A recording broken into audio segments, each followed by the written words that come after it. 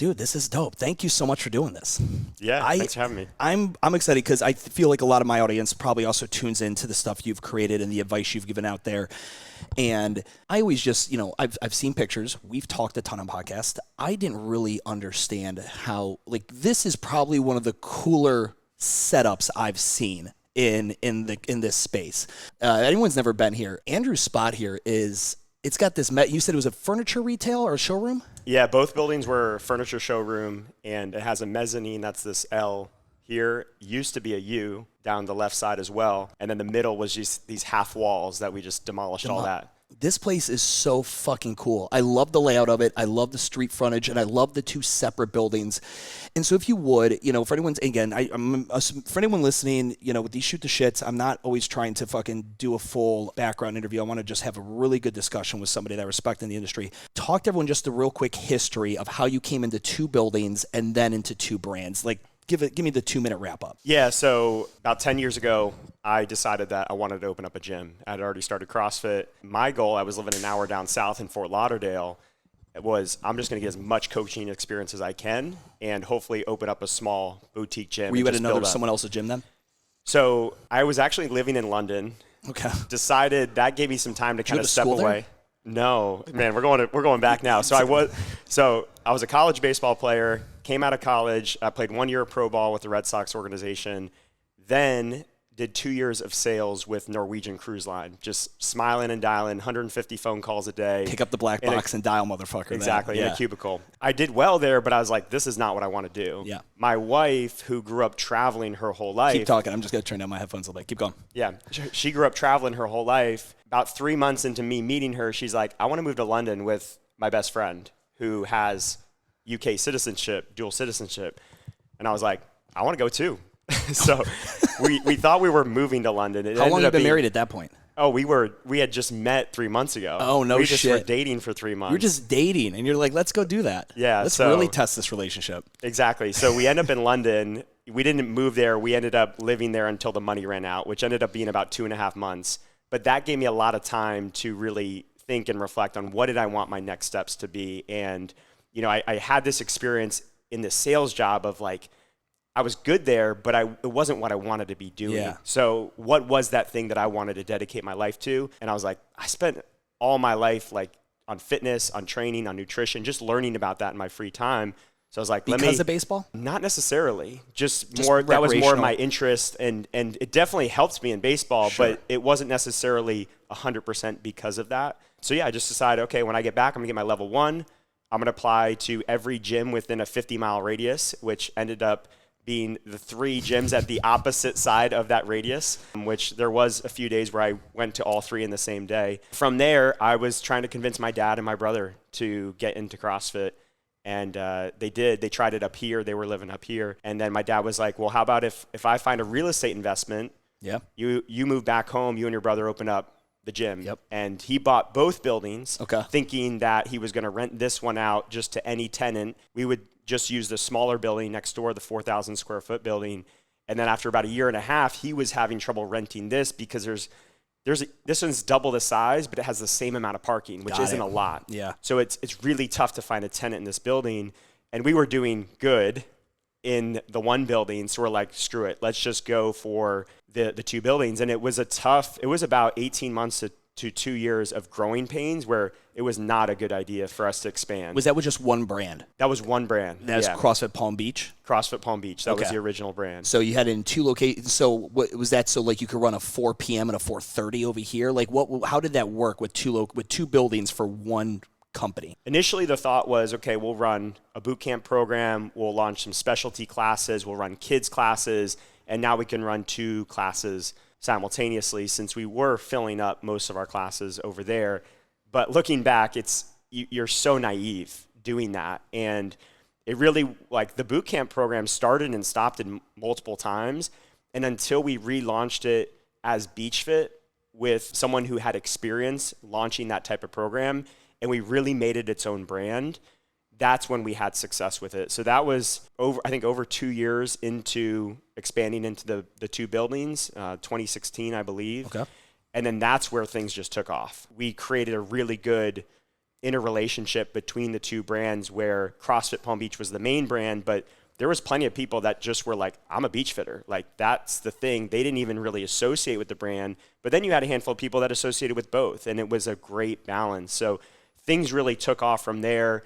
I think we first hit 500 members between the two programs in March of 2018. That's when we first hit our like 7-figure annual run rate, and have pretty much kept it ever since.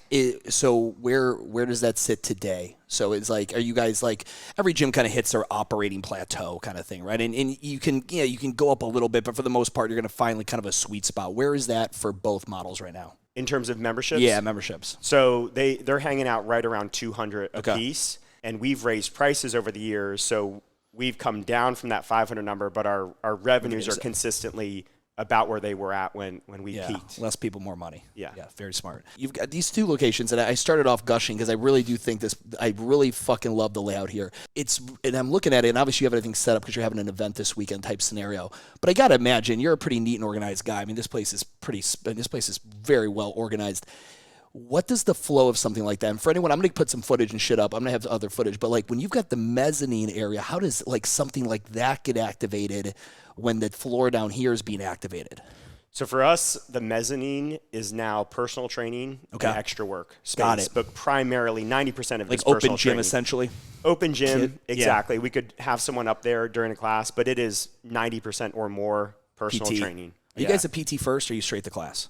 We are PT first. Got it. There's ways people can go straight to class, but we are pretty much PT first. And we found that alignment really allows us, our focus is careers for coaches. Like one of our primary focuses is that.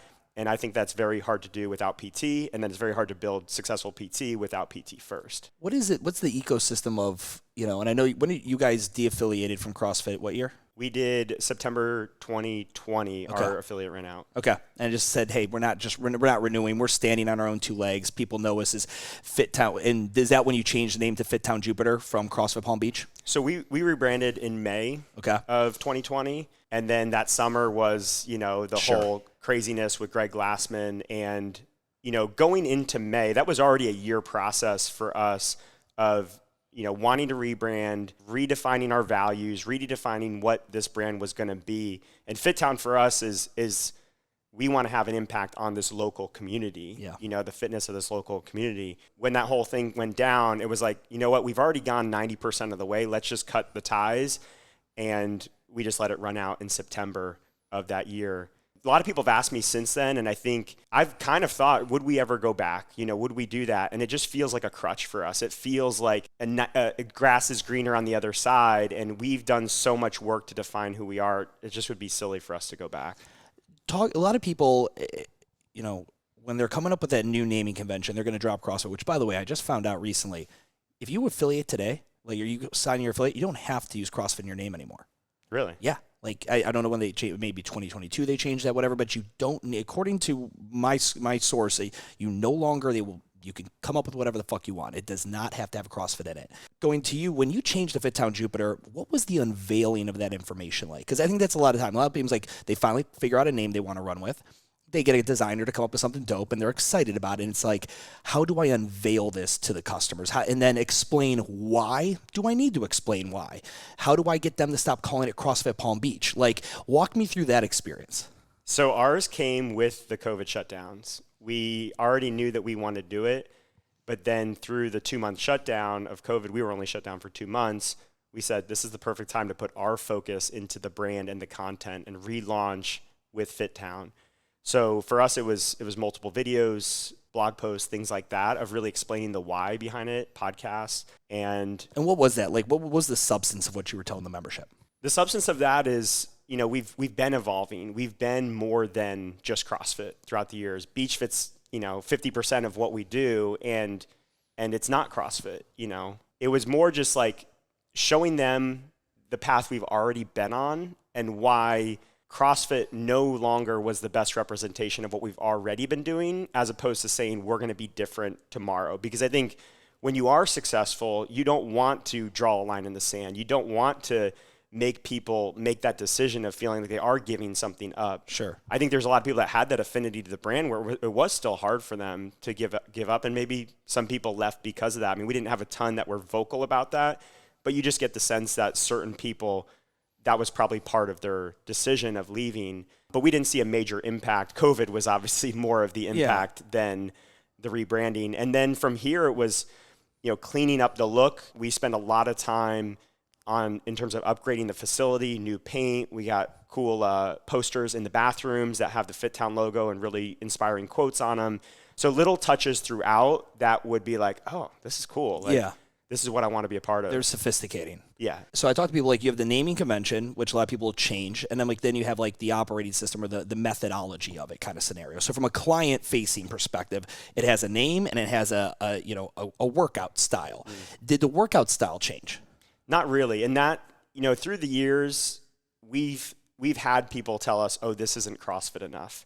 If you ask me, BeachFit is CrossFit.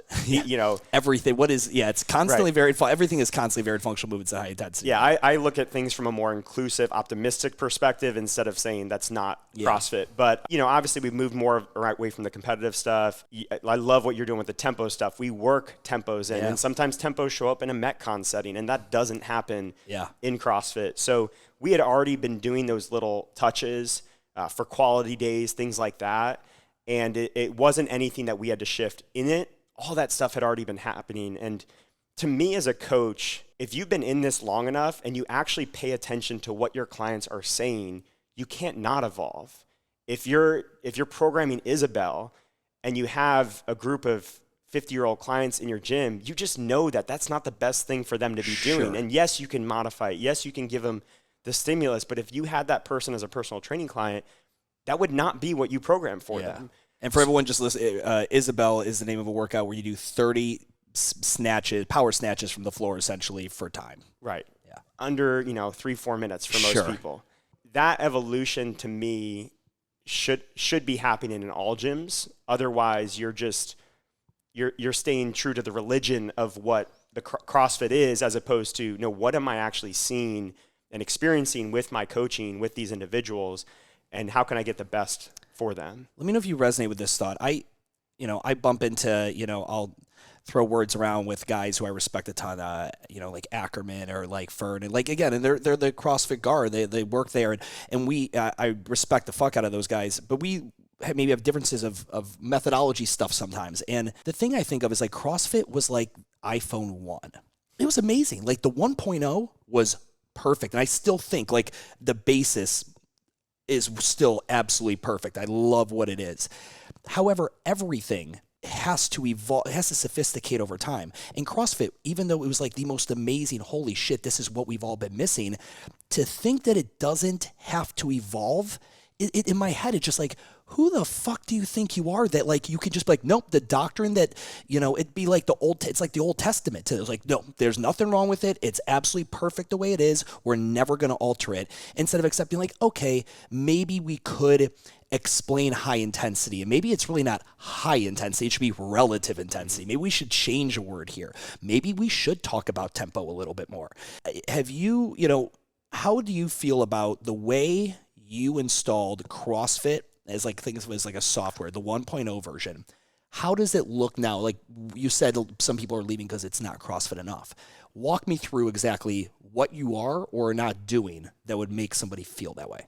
Yeah, I think it's in any given week, having 2 to 4 days that don't look like your traditional triplet or, and what's interesting about it is CrossFit is skewed in the client's mind already. CrossFit's skewed by where someone got exposed to CrossFit, right? Whether it be the games or whether they started at a gym that was more competitive or they just have friends that are more hardcore. So when you think about like the level 1 and what they teach, like a heavy day is a good example. Most CrossFitters would go, that's not CrossFit enough if they experience a true heavy day because they don't understand the methodology. Or they do a day that is 10 by 100 meter sprints, and that's it for the whole day.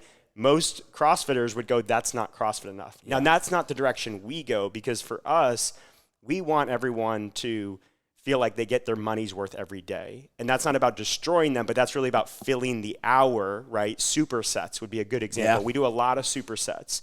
We do a lot of tempo stuff. Our supersets are often a key lift and an accessory lift that you would never see in a CrossFit competition or a CrossFit.com. We know the benefits of going slow, right? We're big fans of Marcus Philly, functional bodybuilding. So not just the tempo side, but how he approaches pacing workouts. And aerobic capacity is another thing. Is aerobic capacity talks about the benefits of going slow at times, building that engine, sitting at more of an aerobic threshold versus a lactic threshold. And in order to do that, you have to be comfortable sitting between, for me and you at our age, 130 to 150 beats per minute. Yeah. So we set up workouts where people will be either holding a pace or increasing pace each round. That's not something you traditionally see in a CrossFit setting. So there's lots of different ways that we approach it. We try to get super creative with it. We want every week to look and feel different because that provides opportunities for learning. I mentioned Chris Hinshaw. I think he's one of the best at it. And if you go through his one-day aerobic capacity, he does stuff in that course that doesn't look like CrossFit. One of his workouts is it's a plate hops right into a 10-second max calorie row, trying to get peak calories per hour, and then recovery air squats before your next round. And he's teaching you how to hit. How to catch your breath while moving kind of scenario. You're priming the fast twitch muscles on the plate hops. Then you're hitting that top end on the row, and then you're learning how to recover without resting. Yeah. Right? Which is a key part of this, is how do you start to get rid of that lactic that's building up. Active recovery. And active recovery. So it's funny that we've been called not CrossFit. I just am looking for creative ways to get people better and to give them a new feel that they can learn and grow from. And that gets me psyched up as a coach each time, because I still do coach and I'm still part of our programming and things like that. Yeah, it's so interesting because, again, I always talk about the ingredients and the recipes. The ingredients we're all going to be using them. And I feel, again, a lot of people think every micro gym, independently owned strength and conditioning, CrossFit affiliates, already has all the same ingredients for the most part. I think there's even more. I drop into a shitty LA Fitness, not one functional piece of not one piece of rogue equipment. Everything's still hammer-strong. I'm like, Jesus, how is this place still in business? How is that? Most of the Globo gyms I've gone in are now decked out with either Sorinex or Rogue or in functional fitness equipment going that way. With all the gyms using similar ingredients, and now their programming, their recipe model is just going to have very little bit of differences. I think it's going to be harder for those who are oh, no, that's not CrossFit. What I do is CrossFit. They're they have the same things you have. And their workouts are hard too, and they're an hour. They're going to pick the biggest, most bland characteristics, and it's going to allow, I think, guys like you and what you see what NC Fit's doing. They're coming up with all different kinds of training styles using the exact same fucking ingredients, just different recipes. And I think the definition of CrossFit is going to really fall by the wayside of it's not a particular training style. It is the elements that all training styles embody. Very much like you were saying, it is BeachFit is CrossFit. Orange Theory is CrossFit. Metabolic is CrossFit. Everything is that one definition. That's the one thing they did so well. They created a definition that none of us are ever going to be able to escape. We're all going to have to give the nod. Yeah, I am doing constantly varied functional movements at high intensity. You have to give that nod. And so that's where when clients say it's not CrossFit, I think those days are soon to be over where CrossFit is this one type. I think so many of us are cutting up the styles of what we do. Well, functional bodybuilding is technically CrossFit. Tempo training is technically CrossFit. So it's going to be, at some point, I think we're all going to be at a much better place because we just have our own style. And no longer is CrossFit going to be labeled as this one specific thing. You're going to be that's a good gym. They take care of me. These workouts are sustainable. I can come here 5 days a week and not fucking, be dead with crazy DOMs. Or it's not. It's dirty and I fucking hurt afterwards. They make me do this and that. That's where I think that's going. I agree. I agree with your statement. We could get into semantics, but I agree. I think of it the same way. Orange Theory, Metabolic, those are versions of CrossFit, and maybe not the bread and butter version, but they have more similarities than they have differences to it. So, yeah. How old are you? 35. 35. Okay, I'm 36. So we're right there. And you got into CrossFit when? 11 years ago. I think 2011, end of 2010, early 2011. How has your own interest in training and type of training changed over the years? And when did it have its biggest change, or has it been pretty consistent since you started in 2011?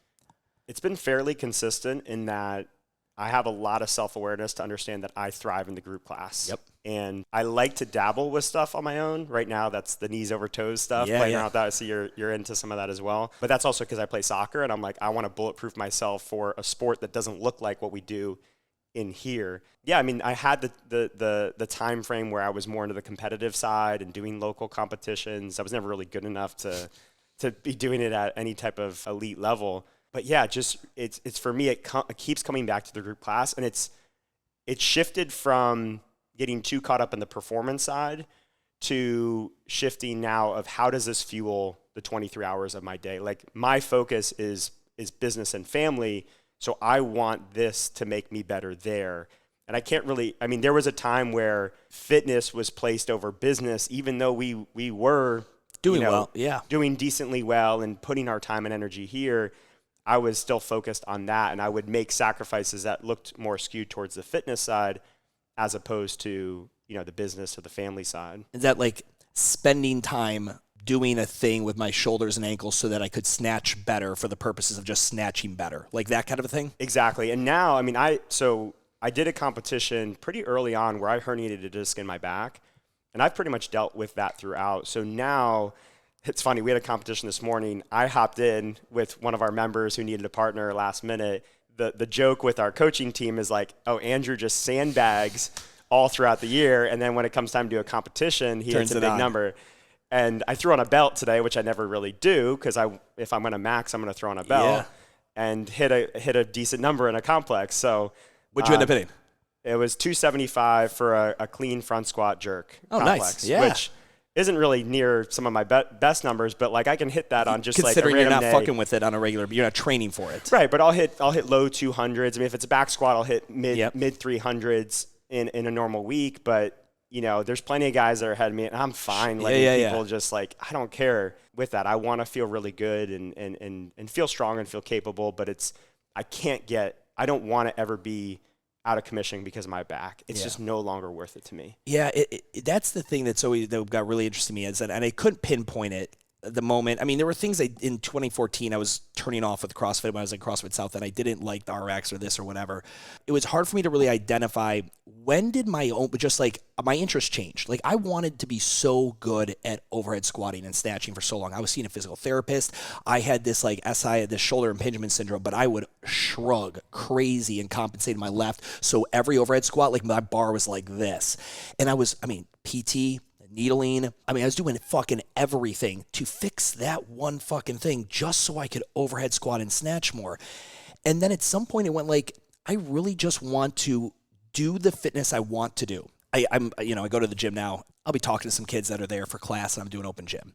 And like, man, I don't want to do this fucking workout. This is gonna be so bad. I'm like, why? Why do you really feel that way? You're just saying it like jokingly because it's a hard workout. He's like, no, I just literally don't want to do this. I'm like, isn't that kind of a fucked up place to be? Like, really a fucked up, it's fun. It's like that hour day. Like, there should be nothing where you're like, that's going to be hard, but I really want to do that hard thing.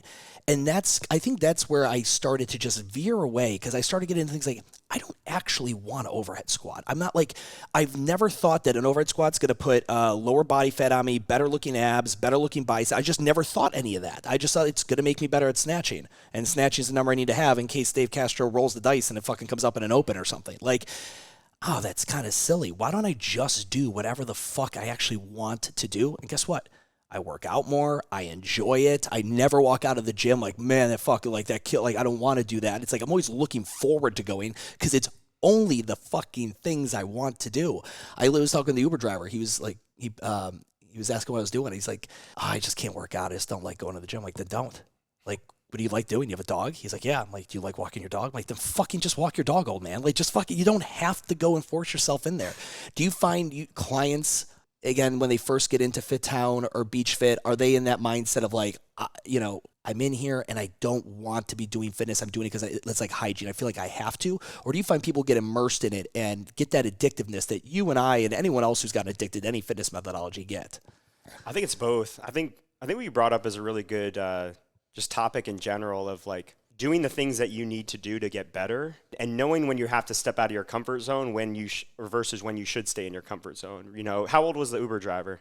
Oh, he's easily 55, 65, something like that. Right. So for him, he's at a point in his life where maybe walking really sustains him, Perfect, yeah. for the rest of his life. Where if someone's 30 years old and saying that, Yeah. I'm going to push back on that a little bit.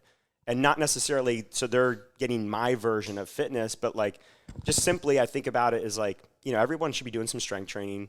I love walking. I think walking is highly underrated. So everybody should be walking regardless of whether you're super fit or not.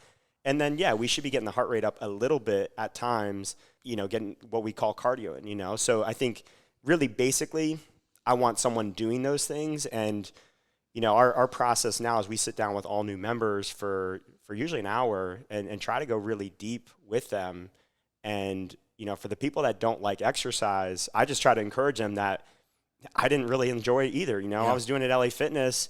After baseball, I lost that purpose of why I was training. And, what started as a 60-minute workout, 4 days a week started to look like more of a 30-minute workout 3 days a week. And it's like, all right, I've done enough. I'm going to go home now. But in this atmosphere, it's just different. It's more fun. And then I had a moment too in my training where I was so concerned about a result and I didn't understand pacing either. So that was part of it, but it was like put so much emotional weight on like, well, how am I going to finish? How is this going to be? And then it's like, you know what? You can only give your best in that moment. And then the next moment you give your best and the next moment you give your best. And like, at any point I can dial it back. Sure. So now my like hard would look like 85 to 90% of before because I don't need to go to that place anymore. Yeah. It's, going back to like, when you're saying I push back, like I want someone doing strength training and all that. I've had conversations because I've been thinking a lot more about that. We did an article for WTF Weekly talking about like bringing play into what you do. I had a buddy of mine and he hates going to the gym. And I'm like, okay, here's what you need to do. There's a rock climbing gym. It's about 3 miles from your house. Get a mountain bike, put it in the hardest gear you fucking can, ride your mountain bike to that rock climbing gym. Rock climb for an hour and come back. You've got your lower and upper and midlight. You get some cardio in there. Would you enjoy doing it? He's like, yeah, I'd way rather do that. Then just fucking do that, man. Like, it's like, shoving people into the gym because there are some people that like this is just like, global gyms aren't going anywhere. There are a lot of people just lone wolves. They just want to go in there, do some curls or do whatever by themselves. They don't want this group atmosphere. They don't want to be told what to do. And, hanging out at the global gym recently, just looking around, I'm like, everyone is in here. I can say that these are all D+ efforts or B+ or what the fuck are you doing? Like, I can do all that, but like, you're here. You're doing something. You're moving towards that mark. What would you say? Because you and me, we were just talking about kind of like our fitness evolving, right? Like we had different ones. Are you able to recognize that in your customers? Like noticing, like, okay, this guy's been with me for like 4 years. I really don't think he gives a fuck about his 1RM clean anymore. He seems to be more interested in, like, I've heard him mention Ben Patrick, or I've heard him talk about functional bodybuilding. Or do you notice clients as they go, like their life cycle, their training age increases, that they start caring less about the quote unquote CrossFit metrics we used to put to things, how you perform in a workout versus like their own personal interest in other fitness methodologies or other fitness purposes? Yes, we definitely see that evolution. I think we could do a better job of being proactive about spotting that and having those conversations so that way that person doesn't go do that. Well, I'm fine with them doing it somewhere else, but sometimes they think they need to go somewhere else when we can give them what they need here. I'm all about fitness outside the gym, so I love seeing that. You guys obviously have a great opportunity. I was like driving here, people are stand-up paddleboarding, fucking running on the beach. Like it just, for all those gyms that are listening to this that are in the north, right, where unfortunately they're fucking inside, it's shit weather for 6 to 8 months out of the year, it gets tough. I talked to someone who's out west and they're like, yeah, everyone, like my gym empties in the summertime because everyone is out doing outdoor sports and stuff. The biggest evolution that we see is we see a couple things. Number one, the joke here is there's something in the water because everyone's having kids. So we have so many people that start as young couples, no kids, that have kids. So being a part of that aspect of their life, that time in their life is huge. And really, for them, they're kind of losing a part of themselves. And so for, we've had that shift. Both of us have had kids, so maybe that was part of our evolution in fitness. But for some people, they really battle against that. They feel like something's being taken from them, especially a mom who's competitive, who's having to have the actual baby. The guy, they're not having anything happen to their body, but they're having a lot happen to their time, their sleep. and these aspects that they have to recalibrate. So we see a lot of people that are afternoon people that are really competitive. It's like me joining my soccer league. I want to go out there and I want to hit it hard. That's how their workout was. It was the end of their day and they're gearing up their day for that thing. Now it's like, I'm going to get up early in the morning. We have a 4:50 and a 5 a.m. class, and those are two of our busiest classes. The next two after that are truly our busiest times, the 5:40 and the 6. And those people, they just want this thing to just ignite their day. They just want to be a better person the rest of their day. And they don't care how tired they are when they get up. They just want to be able to get in here to have this moment to where they can really start their day with a bang and then feel good the rest of the day. So that's the shift that we see, and helping facilitate that for people. That's awesome. Like, it doesn't have to be about, a pull-up or adding 10 pounds to your squat or any of these metrics. We still want you to try to improve over time, but you might have this, like, we have to be okay in the fitness industry about regression and slowing regression, because that's the one thing I saw in CrossFit with all these years. Coming from a baseball background, I'm like, yeah, every sport has its peak. And after that, you can work hard, but you're going to expect a decline. And you have these 40, 50-year-old, 60-year-old clients that are still wanting to see PRs, or even late 30s, still wanting to see PRs after 4, 5, 6 years. If you hang your hat on that, fitness is not going to be fun for you, because they're going to be few and far between, and you have to make that shift. Yeah. And we could even argue, like, I think it's Sean Pastuch has the line. It's like, going for your 1RM is like practicing for fitness is like practicing your half court shot for basketball, right? Like, I think there's a lot of things we did in CrossFit that are very competitive based. Like, 1RM you only see in one sport. There's one sport that goes after a 1RM, and that's it. It's powerlifting. And that's an element that we did in CrossFit. And it's a benchmark. It's something we wanted people to go towards.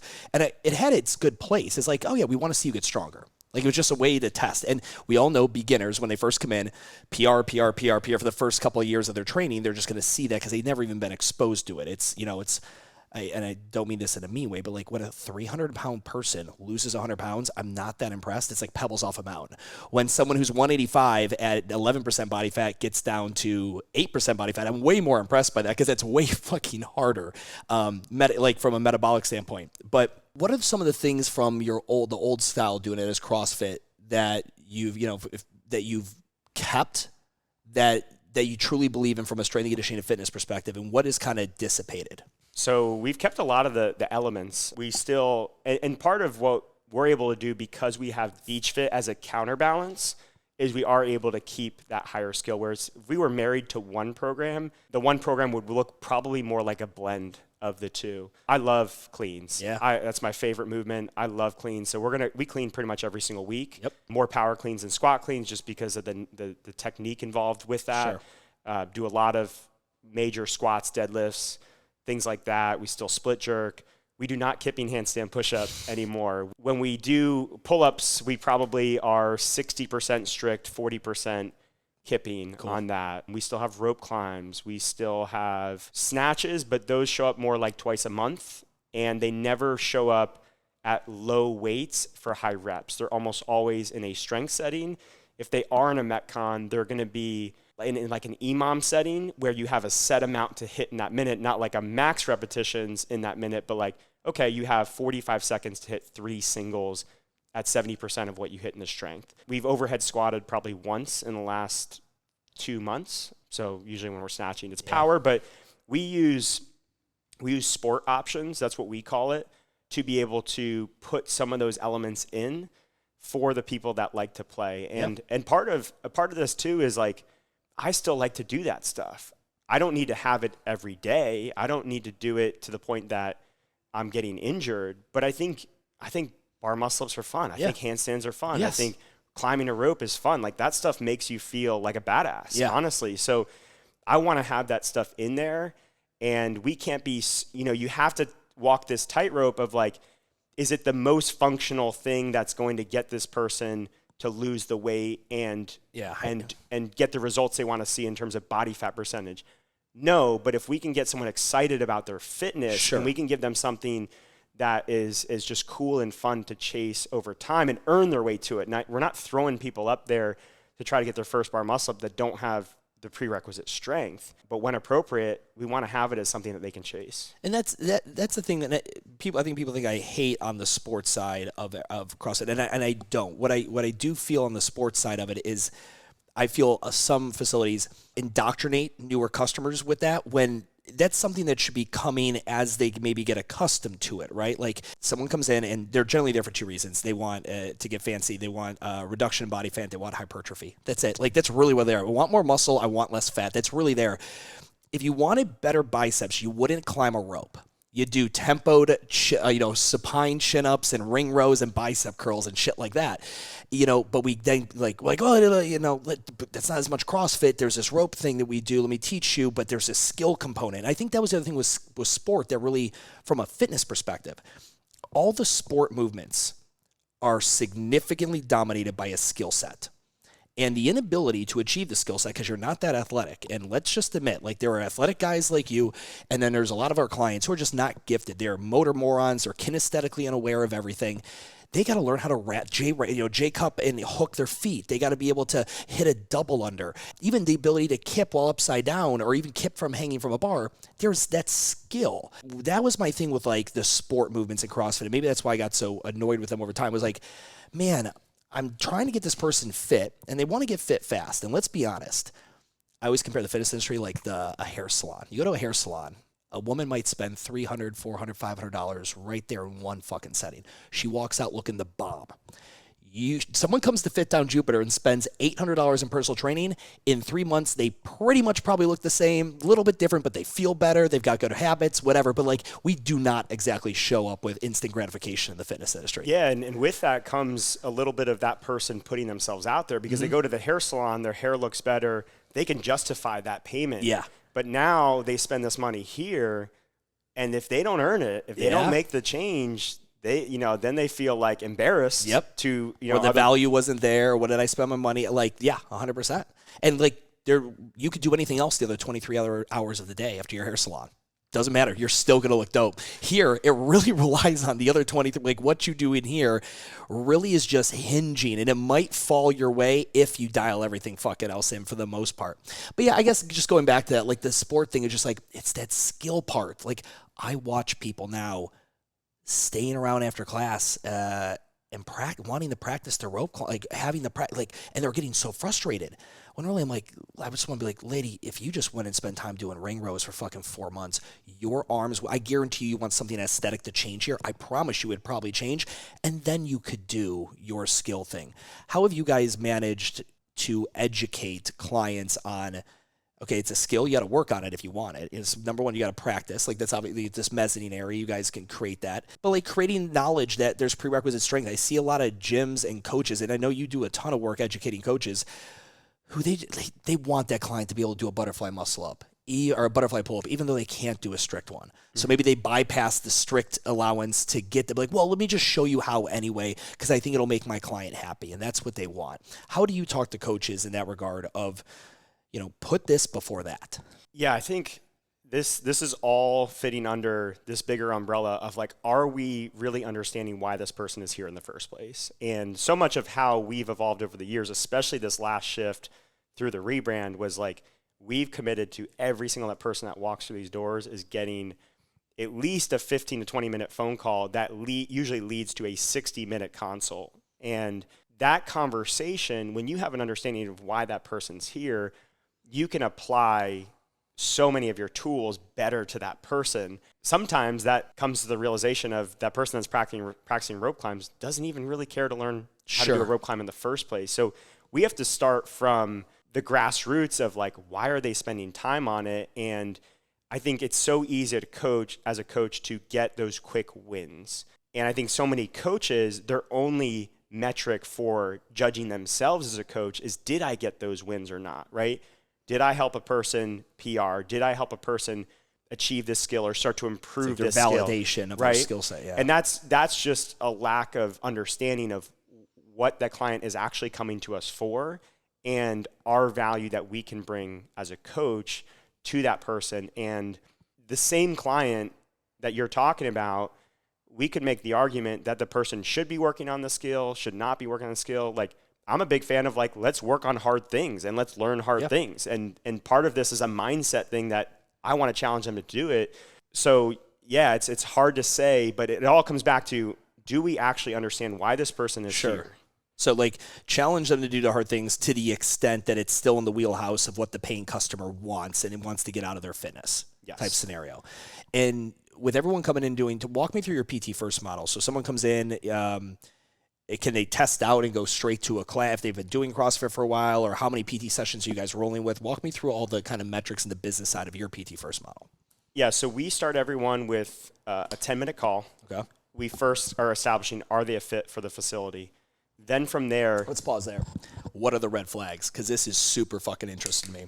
Because a lot of gyms are just like, do you have a pulse? Do you have money? You're a fit here. What are you and your team? What have you taught them to kind of look for? Will they be a good fit?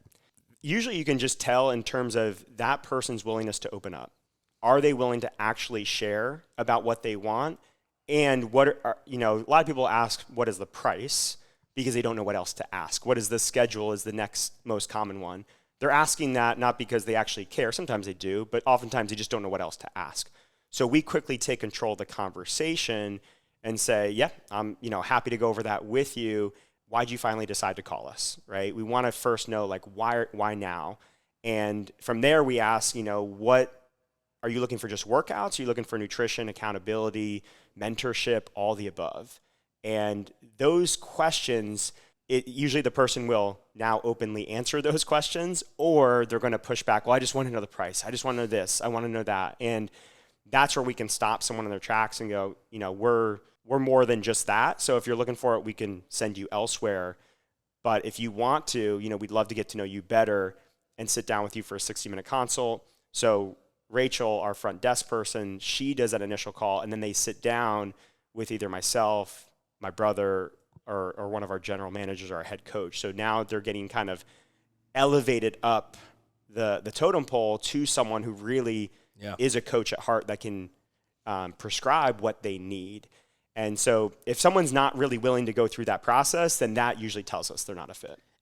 And I got to imagine that first 10 minutes, your front desk girl doing that is got to be, that's honestly probably the most important part, because if you sit down with somebody and you've blocked out an hour of your time and you're a busy dude and you 15 minutes into it, you're like, this was never going to work. This person was not pre-qualified. They're not the right fit. You're probably like, well, fuck. I mean, okay, I got to give them a good experience. So at least, my brand reputation carries on. But yeah, talk to me about So that's where having options is really key. Basically, the lowest level option is 2 personal training sessions, 40 days of classes. It's our 40 days to fit. They get InBodies in there. We do a movement assessment. I saw the graphic on the website. Yeah, we do a movement assessment too. So that's another part of how we've evolved our brand and our coaching over time. We could elevate them up to a 5-session package, an 8-session package, pure personal training, which we sell in 10, 20, and 30 packs. Or we have these transformation programs that range from 2,000 to 5,000, where we're going in deep into mindset, their morning and evening routines, their lifestyle, their habits, and we're going to basically oversee their entire lifestyle with that. So that also helps anchor people. Our programs range from $200 a month all the way up to $5,000 for a 9-week period. So really, we have to get to know you before we can tell you. For that transformation kind of package you're talking about? Yeah. So 2 things. Anyone who's listening, go check out FitTown Jupiter, just fittownjupiter.com. Yep. And I love the graphic work that you guys have done there. I think visually that 40 days to fitness, I think it does a great job telling a story, makes it very simple for somebody to digest. So guys, go check out what they've done there. It's amazing. But number 2, I love that transformation thing. I think some people hear that and they're like, oh, it's a 6-week challenge transformation center. That's bullshit. No one's going to spend $5,000. Dude, when somebody who has, again, number 1, the first thing, our prerequisite, it was always, do they have the money? Because no matter what, if they don't have the money to afford the service, I can't help them anyway. and it's unfortunate. I don't want it to seem like it's a greedy whatever, but I really just need to know that first. People who do have the money and want to change who they are, like you're saying, mindset, all this shit, nutrition, your training, they will invest that in themselves, just like they would spend $6,000 on LASIK, or just like they'd go ahead and whatever the fuck else they're going to go do, go get their fucking eyebrows microbladed or get implants. When someone really wants to change something about themselves and they are highly motivated, I think they would only fit if it was cost a lot of money. If you offered your transformation thing and you decked it out with those features, like you said, and you said it was $400, I'd be super sketched. I'm like, what is that, a Groupon? Is that is this on sale? Why is it so cheap? Because people feel like because you want them to be almost slightly, okay, I'm running this card, like he's taking that money. You want to like not have buyer's remorse, but be like, that was a big purchase because this is a big fucking thing. Do you guys, what percentage of sales would you say are going the big route? Like they've got a life they want to change. Yeah, it's a small percent. You're only talking, anywhere between 1 and 4 a month. Okay. That's still a fuck ton. It's pretty good. It can be, yeah, it can be. And this is still newer for us, so sure. we don't even have a year of track record to really say. But going back to when we only had those lower level options, where a high ticket package was $500, you get your 5 sessions, your 40 days of classes, which is still cheap for the value delivering, because we typically charge $100 a session for PT. That's how we anchor it in people's minds. We say PT is normally $100 a session. You basically pay for the PTs. You get all this stuff included. For us, it's really, what are we willing to give up on the front end for this recurring revenue in the long run? But the point I was trying to make is that when you have a $500 package and someone has a $5,000 goal, a $10,000 goal, right? In terms of that thing is like something they've struggled with for 20 years, 40 years. Like what we found is that we could sell everyone, they would pay it, but then our delivery did not match the aspirations of that goal. And now we finally have a program and a delivery method where we can deliver that. And actually, you said something earlier, and I agree with it at the surface, but as I think about it more, I disagree with it. It was like people only come to us for 2 reasons. Like they want to lose fat, they want to build muscle. When you start to go into some of this mindset stuff, you realize that no, those aren't the reasons. Those are a symptom. Those are a vehicle to get the other thing. The ultimate thing that they want is confidence. The ultimate thing that they want is to not have anxiety. The ultimate thing they want is to be alive for their kids. Sure. Those goals really are more important and then losing fat, building muscle. That's a vehicle to hopefully get there. Yeah, those are the, you're right, it's better wording for me would be, those are the external reasons they're going to give a stranger in a conversation because they're acceptable. It's not really acceptable. Like, well, my dad died 3 months ago from a heart attack, and my kid came up to me. Like, you can get people probably in that 60-minute conversation to get you to that information. But yeah, most people have that external reason that that we all hear all the same things. But then there's those internal reasons, that are motivated by more or less feelings than physical attributes, because there are a lot of people that don't physically look maybe how we would all think, but they are super happy with where they are in life. They're happy, and they're good. But then there's other people that don't have either of those two things, and it's the latter, the internal shit that, like what you're talking about and referencing, which I truly believe you could, if you want to solve those problems. It can't be a straight class model. I don't think that's going to work. I think you have to run a PT first model if you have the aspirations to solve those problems. And honestly, again, the more complex the fitness model, is BeachFit straight to class, right? No, it used to be. Okay. And again, there are exceptions to this, but more often than not, we're still doing 2 sessions with them. Okay. Sometimes 5. And again, when you have these conversations with people and you're able to really slow down with them, you're able to get below the surface level goal. Because honestly, for me at this point, it's like, if the goal is that surface level, it's just not, I don't care. It's not exciting. It doesn't get me up in the morning to want to solve that surface level goal. Like, I want to know, how is this thing really, what do you hate about what's going on right now? And how is this affecting you? So we try to get there with everybody. And you mentioned the simple model, the complex model. We have a complex model. We could run this thing so much simpler. But we believe in real impact. We believe in the coach, the professional coach. And I think if you want to be that long-term career professional coach, the majority of the clients you have to be working with, you're solving problems like this. It still could happen through the medium of just delivering them an amazing group class workout. But when you understand, I'm that person, you deliver me a great group class workout, you make me a better business person, a better husband, a better father, right? That's what I need at this point in my life. But for a lot of people, it might not be that. And you got to understand, how does the prescription match the needs and fitness level and injury history and all that stuff of the client? I want to talk about the professionalizing the coach thing. So the Shoot the Ship I had prior was with Brandon Coden, and it was CrossFit Granville. You guys are in the same level from a revenue perspective. You're doing it with far less members. He's, this kid's sitting at 670, like a lot of humans to take care of. But you guys, I put you guys both at very similar business acumen. And me and him spent a lot of time talking about is, professionalizing coaches and having full-time staff, people who can buy homes and have, support themselves. And I know that's a lot of what you've gone into with everything else you're doing, which we're going to get into. But walk me through that. Like, when was that spark for you? Because for a while, I got to imagine it was like, I need coaches to help coach the class. Like, when was it like, it really matters to me how much they make? It matters to me that they could buy a home. It matters to me that they're not freaking about, like, they can afford a wedding. Like, when did that hit for you? Because I know for me, at least in the beginning, I think a lot of gym owners are, I need help and I want someone with me, because it's a lonely thing in the very beginning. It's nice when you bring in that first full timer. You're like, oh, there's someone in this building with me. There's someone like riding shotgun with me and helping me not get lost and all that other stuff. When did that professionalization mission really hit you, and you? That's like kind of really where you narrowed your focus, because that's the inspiration for the PT First, really. I mean, like, you're right, you have a complex model, but as you just said, it's also economically the only way I'm going to really be able to provide great compensation packages for coaches. The evolution happened a couple different times. First, it was when we first started hiring, just how incompetent we were from a hiring perspective, and bringing bad players onto the team and understanding what a bad player looks like, and then starting to figure out, okay, how can we bring on good players? What does a bad player look like? You don't have to name names. Honestly, I take a lot of ownership for that. I think I give people the benefit of the doubt, in that a bad player has often gone through a bad process versus they're just a bad player. You didn't get them fresh and get to train them from day one. You're inheriting somebody who's already been educated or has been in someone else's system at some point.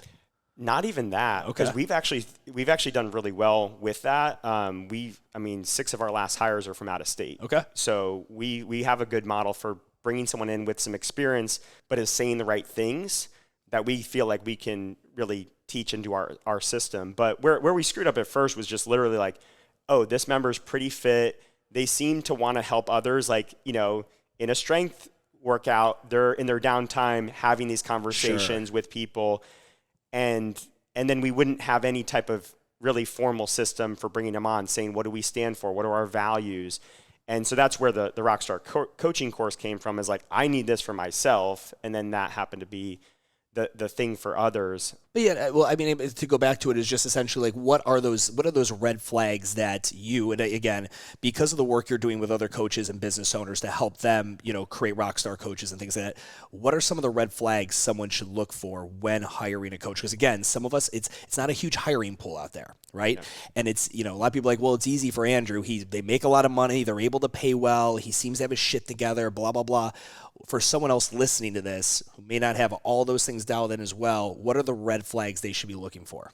The red flag is that someone who is putting expertise above relationships. And then you yourself, you got to make sure that you're not putting expertise above relationships. And when I say relationships, is that person focused on your membership? Is this person focused on creating relationships with the people out there, as opposed to, well, this is what I bring to the table. This is what I need. This is what I want. And, so many times if people have an ego in that sense, it's easy to spot, but you can get distracted by, oh, but they got this certification and they got this master's degree or whatever it is. And you get caught up in their expertise instead of focusing on, did I enjoy talking to them? Like, would I spend 4 hours in a car with them, 6 hours in a car with them, whatever you want to say with that. The other framework that I've heard recently, which I've started using, is like, if you wouldn't work with this person for the rest of your life, don't work with them for a day. Like, treat it like you're marrying someone. And for us, it really is that, because we're moving someone from out of state, and we don't necessarily expect that it's going to be forever, but we treat it like it is. We treat it like, if there is that upside, we want this person to be here 10, 20, 30 years. And we're going to evolve. Like, we're going to keep growing as well and have what we have going with these other brands, and they can, elevate themselves the same way we're elevating ourselves. So I want to start talking a little bit about the Rockstar Coaching course and that evolution, when did you venture in? Like, when did you venture into because I know you recently rebranded it, but the 7-Figure Box podcast and all. Like, when did we start going that? Because here's what I hear. You see it in the Facebook groups or whatever. It's like you, me, someone, we might put some advice out. It's like, oh, that's the guy who fucking now tells everyone else how to fucking do a thing, right? You did a thing, you had success, now you're going to sell. You're like, yeah, that's actually how it happens in every fucking industry. If you're the top lawyer, you become a partner. And then you have lawyers that work underneath you, and you only take the cases you want, and you educate people there. If you're a great teacher at a school, you eventually become an administrator. Like, there is an evolution. And if you are a small business owner and you do your thing really well, it is, in my opinion, it's a wasted opportunity if you want it to not go and then create an opportunity for further monetization, but in education, because you're some of the few small business owners that break through and do very well. That is the fucking minority. The vast majority don't fucking survive. So I'm the biggest fan of anyone who's got success and then goes into any way of either creating influence, getting out content, monetizing it, whatever the fuck it may be. Huge fan of it, because there's not enough, and there will never be enough of us. There'll still always be more small business owners that are failing because they couldn't access the content. They don't like Stu, but they would be down with Andrew. Like, there's not enough of us personality wise for us to tie ourselves to. When did that kick off for you? When you were like, okay, I've got the gym's doing its thing. I want to start working with coaches, owners. I want to evolve. I want to get my voice out there. I have thoughts, and I want to start making content. You were a really big inspiration for me, honestly. Just how honest you are, how, you really break the mold in terms of record shit in your car, record as you're doing, scootering down the street, your vlogs, which I started the podcast before you started doing the vlogs, but just your willingness to put yourself out there, to be raw, to be real, that was the catalyst for me for starting this podcast. And it started as 7-Figure Box. It was like, all right, let me think of the clickbaity title name. The clickbaity title name. And then over time, it just didn't sit well with me. And I shifted from wanting to help more of the gym owner side, which is what I thought I wanted to help, to wanting to help more of the coaches side of things. And gym owners fit into that picture too.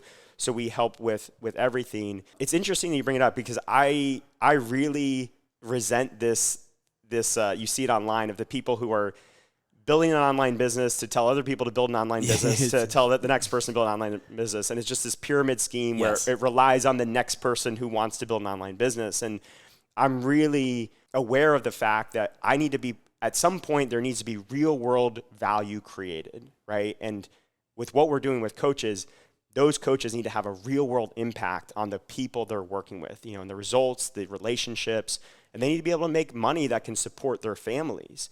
And if we're not creating that real world impact, like, what are we doing with this? So the shift from 7-Figure Box to Care Coach Lead, or the shift from owner focus to coach focus, was really a self-awareness of looking at, well, what have I done really well here? And yes, we have a successful business, but I think if you narrowed it down even further, our ability to create great coaches who have a legitimate career is really our bread and butter.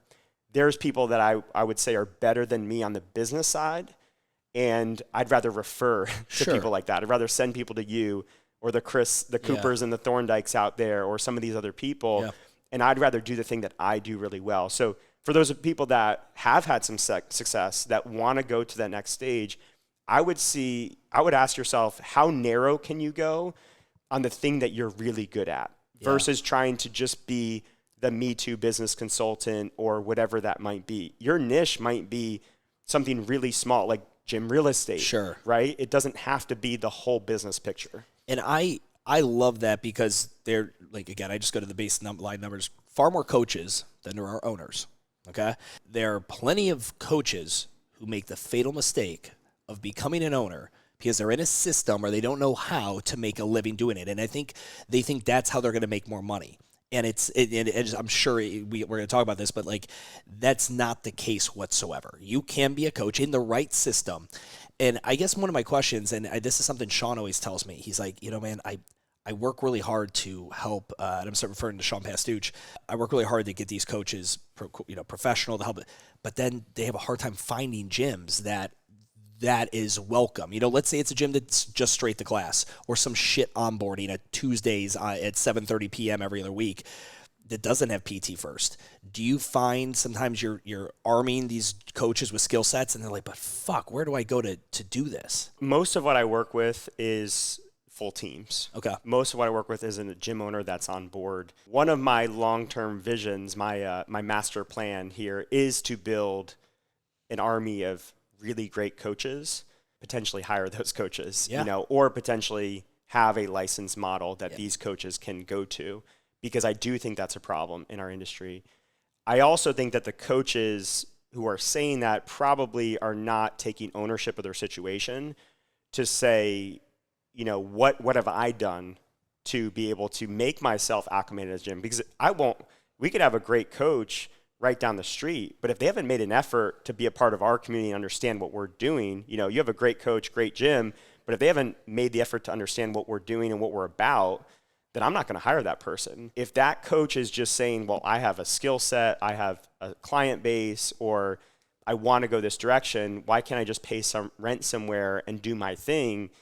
You're looking at it from a selfish point of view. You're not seeing the other person's perspective of like, it's more risk for me as a gym owner to bring on like a personal trainer that's going to rent space they're not a hell yeah in terms of their group class ability, wanting to be involved in the entirety of what we do, like loving both BeachFit and the FTX program, and then also wanting to do personal training as part of that. They're just not bought into what we do. So. Yeah, they're not. They're more of a brand liability for you than anything else. You know, versus someone who's involved in both, takes the classes, eats, sleeps, and breathes this, knows the members.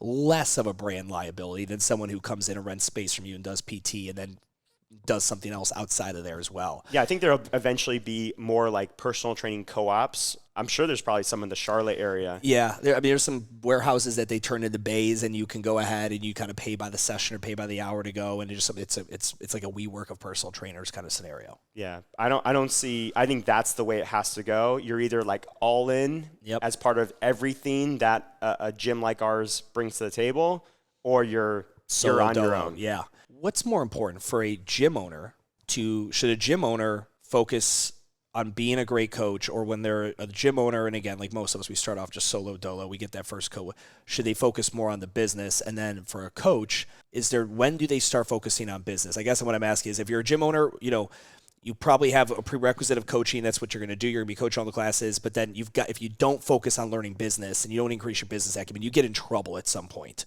And then for coaches, we want them to become amazing coaches, but at what point do they need to pick up business acumen? Like where's that intersection? Because at some point, even if you're a coach, you got to have some level of understanding, because if you don't understand business, some of the gym owners' decisions might not make sense to you. You might anyone listening to this has had a coach be like, why are you raising prices on everyone? That's fucked up. Like, and it's like, they just don't understand this very basic thing. Yeah, so the gym owner has to understand business right from the get-go. But they also have to understand that the product is important, and if the product ever suffers, then it doesn't really matter how good you are on the business side if the product is not delivering at least at some level, right? It doesn't have to be perfect.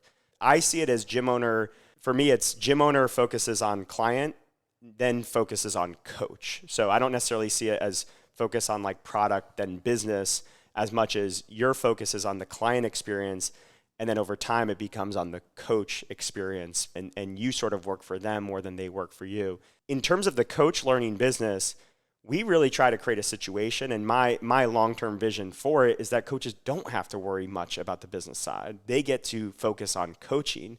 Now, when you want to be a great coach, you have to learn how to sell. You have to learn how to raise your own rates. So there's business skills that will have to be learned, but you can't be a good coach and not know how to sell. I firmly believe that. And I'm not talking about like if you're having trouble selling big packages, like until you sell those big packages, you're not a good coach. But what I mean by that is if you don't have base level sales skills, you're falling short as a coach and you just don't know it. Because good sales skills is the ability to listen, the ability to be present, the ability to ask good questions, and the ability to prescribe a solution to someone. And if you can't do those things, you're not a good coach. So yes, you might still struggle to ask for the credit card or whatever it is, closing, overcoming objections in that sense. But those first few skills that I mentioned, you can't not have those. I agree with you so much on that. I don't think you could be a great coach without those skills. Because ultimately, when you get really good at asking the right questions and kind of figuring out through what someone's saying and their body language and all that, what's really going on with someone, it allows you to like also chameleon yourself on the floor. Like anyone who's done really good coaching at scale, personal training, you're not the same energy with every client. Like that was one of the things that was hard with me. Sometimes it's hard for me to turn my bullshit off. I'm always on my fucking bullshit, and I would maybe have a client who needed a more subdued version of Stu. And if when you get good at sales, you mimic their body postures, all the things you learn in really good sales training, that 100% translate out on the floor. And if you don't have it here, you're probably going to make for a bad coaching experience there. And I don't think I've ever met anybody who said, I don't like to sell. Let me rephrase that. I've only met people who probably said, I don't like to sell. What they were saying is, I'm not comfortable doing it yet. Like it's not that I don't like it, because there's no one in the world that doesn't like getting paid. Like that person doesn't exist, right? So that's all we're saying is like, do you like to make money? Well, this is just going ahead and helping someone find a solution. It just happens that, yes, they're going to get paid for this. But it's like if your buddy brought you a catalog of new fucking cars, like, man, which one of these am I going to get? And you help them pick out the new fucking car. That's essentially what you're doing in this scenario. Let's talk on the coaching side. You saying, hey, listen, I'm hoping for there could be able to future create a system, right, for coaches to where they don't have to worry about the business side as much. What would you say to, at some point, coaches, are they always going to, like, at what point does a coach not want to be on the floor anymore and coach? Like, is everyone going to be like Mike Bergner and Chris Henshaw and fucking Glenn Pendelay, rest in peace, Louis, rest in peace, like that, are, James Fitzgerald? Like, are they going to always coach? Or are they going to have an ascension where at some point they're like, I'd like to manage I'd like to coach the coaches. How do you talk about that? Because at that point, then we need to probably have some business acumen. Yeah, so that's week 1 of our course. That's also the same questions that we ask when we hire someone. We hire now, we have a document after the first call that they fill out that has a bunch of questions. And what we're trying to figure out is we categorize people as a hobby, a job, a career, or a calling coach. And there are people that want to be in the fitness industry that enjoy coaching, but the coaching aspect on the floor is still a job for them. But aspects above that, coaches' development or running a business, is more of their career calling. And our goal is that everyone is living their calling. If we can do that, where my goal is I want you to work 60 hours a week and love it, right? Work-life balance, I throw that out the window. I want you to feel like if I made you be way out of balance, you still love it because you're doing what you love. So it really starts with understanding what that is. And I think, too, not projecting your own nature onto someone else. Because I think for me and you, we don't really want to be on the floor. But I know from my experience in working with people, there's lots of people that is their long-term vision. That is their calling, is to be 30 hours on the floor forever. Having ways like a simple questionnaire to be able to understand that is really important. And I agree. I think you're right. And sometimes in the past, I had to check myself to make sure I wasn't downloading my own goals onto somebody else. And then the hack I found was like, okay, I'm doing that because I think I know more than this person. I think I know I'm more experienced than them. So when I talk to, if I talk to someone and they're married, they have 2 kids, they're 38, and they want to be a coach forever, I take that. I'm like, okay, I pretty much believe you. You're 24 and you're not married, you just got a girlfriend or whatever, and you tell me you want to be a coach forever. I'm like, you don't know dick yet. I know you think that, buddy. And I thought the same thing when I was probably your age. Have your first kid. Right? Have have your life change a little bit. Your mom gets sick, like whatever may, happen, and how you make your money and how much money you make. And that's where I want to get into the next thing is the earning potential. I think that changes. Would you agree with that? That, that younger coach, I want to coach forever. It's like, cool. We're going to put a pin in that. Let's readdress that. Like, I love to keep this conversation going as your career, like every performance review, every 90 days or every year, I want to make sure we're readdressing and making sure that's still your trajectory. Because there is a high likelihood you want to stay in the industry, you want to whatever, but you might not want to be on that floor as often. Yeah, you're spot on. I mean, when someone's young, they don't know. They don't, and it can be tricky in an interview process. Especially we're interviewing from out of state. You're trying to understand how much self-awareness does this person have? How much life experience do they have to really understand and support this idea that they're saying? Because you're going to hear a lot of people that say, yes, I want to be coaching for the next 20 years. But then when you start to really, you want to see those bumps and bruises. Like, where were they experiencing burnout at some point? Yeah.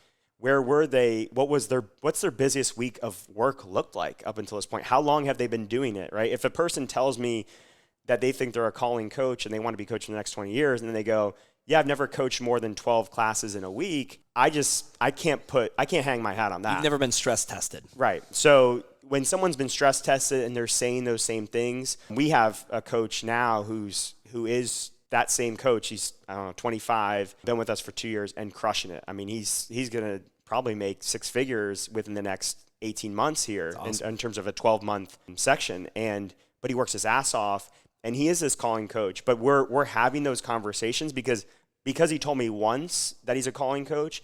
I'm not going to assume that that's going to be it forever. But I know with his work ethic, his attitude, whether he is a coach on the floor or he evolves, like, I still want him on my team. I want him, on my side. So yeah. I need to make sure that I have that communication throughout to, as he evolves, I stay with him. Earlier you talked about you work mainly, with the teams. You're getting the owner involved and his coaches when you're when you're consulting with them, when you're educating them and teaching them how to make this, how to bring coaches into a level of professionalization. And what does that conversation sound? So, like, there's a gym owner and he's like, okay, I make X amount of profit. I have these coaches. I'd love for them to make careers doing this, Andrew. Like, help us out. They sign up, they're on a call, or they come here and do an immersion with you or whatever it may be. When you talk to them about, like, earning potential, knowing you've got this owner here and the earning potential is also, he's the bottleneck, or his business is the bottleneck of earning potential for the most part, right? Now, these guys are going to mainly do PT, I'm assuming, to help increase that earning potential. Talk me through what that's like, because that's kind of a balancing act a little bit there. You got to make sure this owner is not, he's obviously bought in. He's working with you. He's got his team working with you. But if he's got keys to the kingdom, without him turning on, without enough people coming in the door, without the sales process being dialed in, I'm sure this is stuff you guys all go into. How do you talk to these two groups of people at one time, or do you do it separately, about what realistic earning potential is? It's going to depend a lot on the area someone's in and the current makeup of their business. It's really hard to just like take a dramatic shift in a business. Yes. Simply personal training is the easiest path to careers for coaches. It's the place that you can get your rates up the fastest as you grow your book of business. And the group class model is really, it's going to have a certain cap to it. I think at most places, if they can get their coaches between $30 and $40 a class, they're doing awesome. And so over time, so when you first start a career with a coach, it's typically going to look like 15 to 20 class hours a week and taking on anything and everything. You're going to do cleaning, you're going to do maintenance, you're going to do social media, maybe not all the above, but you're trying to find these little areas that we just need to find a full-time gig for you. We need to get you to $40K a year pretty much. And we're going to piece together anything and everything that we can do, but each role has an assigned value to it. I try to push people away from salaries because I found that salaries lead to a lot of bloat with not a lot of action to support it. Piece these roles, but then the step from 40 to 70, which is really what we're trying to get people to, if we can get someone to 70, in most areas of the world, they're going to have the ability to, eventually buy a house, like support. You're talking 40 to 70K a year. 40 to 70K a year. Sorry. Yeah. 40 to 70K a year. That jump is going to happen through going through the personal training route. You have to be able to get, $60 to $80 an hour, $50 to $80 an hour and not burn yourself out, still spending about 30 hours on the floor per week, but your 15 to 20 classes now looks like 8 to 10 classes, and the rest of that time is spent on personal training, maybe remote programming. My experience has been that remote programming, if they deliver really good value, they have a bad hourly rate because it takes more time than they think. Sure. And personal training is great because you get paid for every hour you put in. Yeah. And when you can be averaging $90 to $120 a session that the gym is charging or the trainer's charging, and you're getting a more than 50% cut of that, it becomes substantial. I'm not asking you this because I think you necessarily have the answer. I'd love if you did, but more just for us to kind of spitball back and forth. The problem with, with personal training being like the big part of it is, if you accept that, you're always going to be trading time for money. So there is a limitation, but everyone uses that like, you'd hear Hormozy talk about, like, oh, you're trading time for money. That's not going to ever work. There's a lot of people that do. Doctors trade time for money, right? Maybe now with telemed, like it's a little bit, but you're still trading time for money. So I don't knock personal training being a long-term solution for somebody in the fitness industry because of that. What I think it is okay, that's one constraint. The other constraint is that you can continue to trade time for money as long as that number can have opportunity to climb. Again, going back to a doctor, if a pediatric open heart surgeon is making $6.25 an hour, trading time for money is dope, right? If you're a lawyer and you start off and you charge $275 an hour, and then after 6 years of experience, you're now charging $355, it's great. Like, that works. How do you see, or how is there a way to bridge the gap? Because, okay, cool, trainers are going to trade time for money forever. How does that number continuously evolve? Because, again, being 36 with 2 kids is way more expensive than being 26 with ramen noodles and a dog in an apartment. It goes back to, first off, are we living our calling? If we're living something that looks close to our calling, then trading time for money isn't that important, because the question we ask, one of the questions we ask is, if you won the lottery, you had $100 million in the bank, what would you do with your time, right? Not the initial trip you do in that. Yeah. Once things settle down and you have to you still have the same 24 hours in a day. You still have the 168 hours a week. What do you spend your time on, right? That's actually the exercise I used when I was in London that led me to wanting to open up the gym. So now that's the exercise I use to gauge what type of coaches that we're bringing on staff. If you can genuinely answer that question as yes, you're to your best knowledge today, that I would continue coaching, maybe not the same amount of hours, but pretty close to it, Maybe I'd want to work these hours. Maybe I wouldn't want to wake up early in the morning. Maybe I wouldn't want to coach late nights, but this is what I think it would look like. Then who cares if you're trading time for money? Because you're still making money doing what you love, and time is on your side because you don't really want to retire from that thing. Now, with that being said, if that's the baseline, then we also, with the money we're making, we want to put some away and invest that in a place that we aren't trading time for money. Sure. That could be real estate. That could be stocks. That could be funds. You got to start doing those things. So even though you are living your calling, and even though you would do this every day for the rest of your life and you don't need to retire, you've still created a situation where you have a backup plan there, and you aren't having to just solely focus. You don't have to work the next week to make your to feed your family. Yeah. And so even with that, so someone's like, okay, I'm making 6 figures, but now I've got a family and a kid, and Andrew's, got me sold on the fact that I haven't really been putting any money away into any kind of index funds or with a personal financial planner. So now I've got to take some of the money I make, and it has to go to work for me 30, 40 years down the road, real estate, whatever it is. But now it takes my bring home back down here. How do I get, I guess that's the thing is, for a personal trainer, in time, is it just again, going back to the lawyer and a doctor, been doing it longer, you have more experience, you're better. Yeah. Can trainers just start charging more when they're like, yeah, I've been doing this for 10 years and I'm better. But then what is that proof of metric or measurement that they use to justify it to a client? So why is he 140 a fucking hour? Why is he 120? Or whatever number would be up there. Yeah, you just got you got to develop those high value skills, and you got to be able to deliver on it. And it's not the common mistake with an employee mindset is, I've been doing this long, I deserve this. And what's cool about, personal training especially is that, it's a meritocracy, is that you if your book of business is full and you have clients that want to join, that makes it pretty easy to raise your rates when you can't take on other clients because you have no other hours in the day to fit those.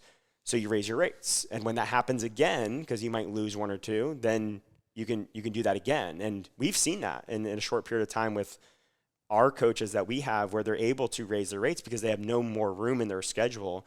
I do think for most coaches, they're going to find their niche. That might be sports training. That might be working with teens. That might be hypertrophy focus. It could be injury stuff where they're really good at just back pain alone. Yeah.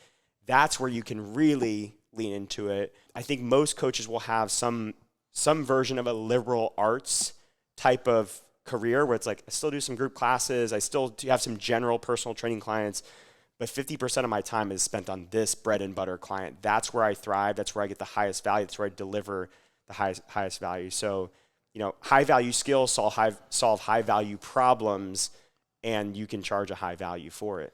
I'm going to throw a case study to talk about that. Essentially, so the one thing I think is like fastest opportunity to increase what you charge is to have a reputation for being the best in that niche, being an SME. Well, that reputation in this industry is going to come on that little black device that we all have. It's going to come in the form of, and again, not to just fucking be the content guy, but like it's going to come through the form of content. Look at Ben Patrick. He's not a physical therapist. I don't even know if he's a certified trainer. I know he's been training. I don't even he just self-made, figured out knee problem, studied fucking knee, and he's now whatever. It's the fact that he's now has a reputation, which he developed the quickest online. There is a guy who is I got a vasectomy. There's a guy in this country, he's in Texas, that is known for the best reverse vasectomies. He's the guy you go to if you need to reverse it. I looked into him in case I ever want to change that up later down the road. I want to get Gus a little buddy, whatever it may be. For coaches that are thinking, okay, I want to do this. I'm buying into what Andrew's saying. In the future, do you think with social media and everything, content going the way it is, will it be imperative for them to understand that in order for you to future raise rates or be considered the best, you have got to put it out there that you are. You have to prove to people. Nobody is going to give a fuck that you've been doing this 15 years. The fact that if someone's like, oh, I've been doing this 15 years. I'm like, cool. Can I look you up? Have you done anything worthwhile? There's a lot of people that have done the same bullshit for the same. I've got buddies that have been doing shit for the same 15 years. It's not because they're vastly successful. It's that they just literally just done the same shit for 15 fucking years. Where do you feel like putting your name out there, being known as an SME in a topic, whether it's through content, whether it's through blogs, whatever the fuck it is? 100%. You will have to do that, especially if you want to start to flip this equation of time for money. That, I think, is 100% part of that path.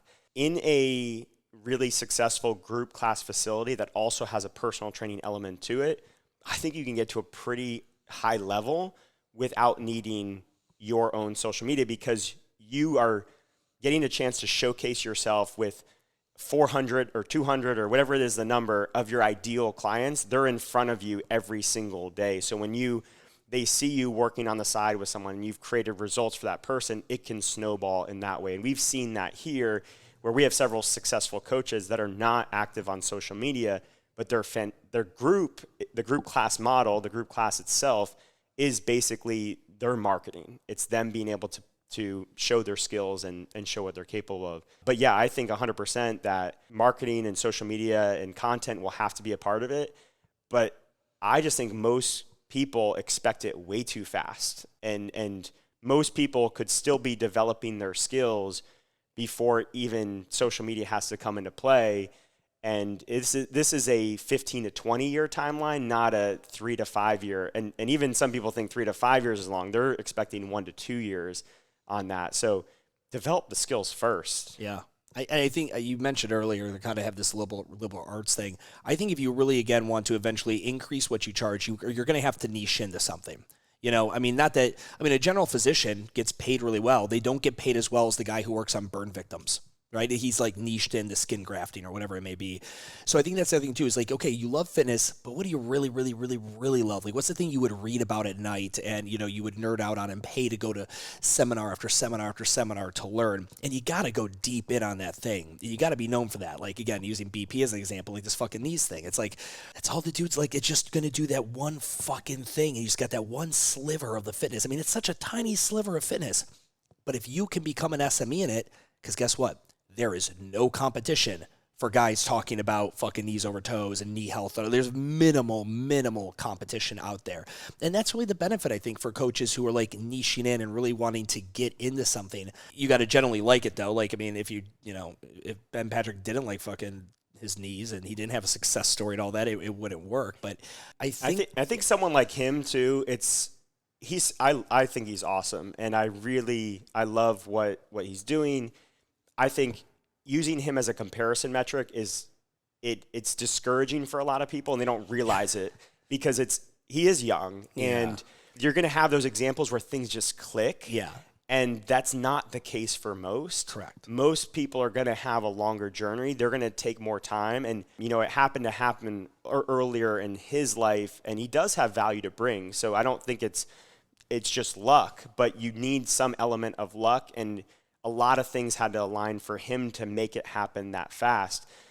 Gary Vee's probably a better example, where he spent a decade and a half grinding in his dad's liquor store, and then started making content towards the tail end of it, and then started becoming more on the marketing side. And his big thing is, he's still young, you're still young, we're still young. Where I would push people on the content side is, don't create content early in your career because you're trying to be this expert.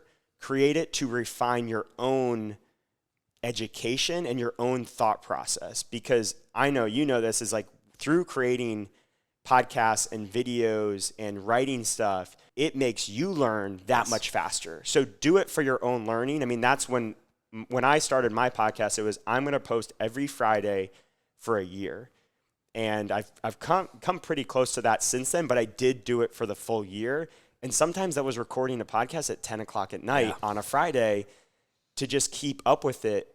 And then it was also, I don't care how many listeners I have at the end of the year. It was, I'm not checking stats every day. Every once in a while, if I went on your show, or if I went on with Marcus Guersey, it was like, oh, well, let me see how many new people I got. But I was not obsessed with the metrics. It was, I'm doing this because I know that this is going to make me better, because I learned through teaching. I learned through coaching. Yeah, and I know you can relate to this. Anyone who really makes content, you nailed it. And I tell people this all the time. When you start making content on a topic you think you know a lot about, it forces you to, because in the back of your head, like, people are going to call me out. I need to go back and reread that research paper, right? Like, even all this tempo stuff. Like, I was studying Ian King years ago, and now I'm going back and rereading fucking Pat O'Keefe books on, like, interval weight training and how he used tempo. And I'm doing all that because I know I'm going to fucking get daggers in the DMs and comments. And it does. You create content, you put yourself out there. The thing that scares you of hitting upload, not record, but upload, is, how will this be received? What will people say? Will I look like an asshole? Am I wrong? Like, that's kind of the cycle of thoughts that go through your head. And that's why you overly research a topic to the point where you have to feel like, I've got all the information I can get on this. I'm going to hit this. But I would say it's never about being infallible. You're not, you don't want to be infallible. You want to, honestly, the best response is, no, you're right. That works too. That's literally the best fucking response. Like, fuck tempo. I'm like, yeah, you're right. Your thing works too. It's completely fine, dude, because everything fucking works for somebody, kind of. So no matter what your opinion is on fitness, and any young coaches listening to this, you want to start making content, no matter what you have to say, you're right, and so's the other person who says it's wrong. That's the end fucking goal. That's the punchline to that whole thing. Yeah, I want to flip this on you a little bit, and because honestly, from the way you present yourself, you seem like the person who doesn't give a shit. Yeah. But obviously, you're talking now. And it's still hard to hit that upload, especially when you were getting started years ago. So how did you overcome it? How do you overcome it? Because I'm guessing it doesn't go away ever for you. It was the fact that I had gone through Globo Gym, and that level of just like, go fuck yourself and get out there and sell. Like, this club has to make X amount this month. Like, you have this amount of money, go hire 4 people by the end of next Tuesday, or you're like, the high level, like, business boot camp I feel like I went through. I knew at that point in 2000, when I opened South End in 2011, there was, most of the owners had not gone through that. So I just instantly, whether it was ego or whatever, was like, I know more than most. Like, and so when 2015, when I started recording content, I was talking on the things that I knew, like Coop had talked about. He had, whatever. But beyond that, there just wasn't a lot of noise in that area. So even if someone wants to call me out, what are they going to reference? The article that they wrote, the video they made? They haven't made any fucking thing, right?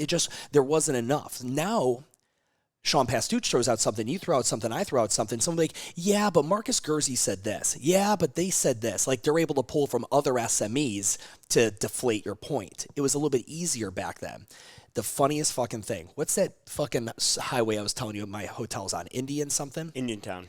I ran across the IHOP yesterday. I needed to eat some fucking food. I go in there. I fucking house like 5 eggs, bacon, sausage, or whatever. I'm running back across that fucking highway at 5 p.m. I mean, for anyone who's not there, this is like, it's like a little highway. It's like 3 fucking lanes each way. It's, I'm playing Frogger. I get to the median and I'm waiting for I'm not waiting for the walk light.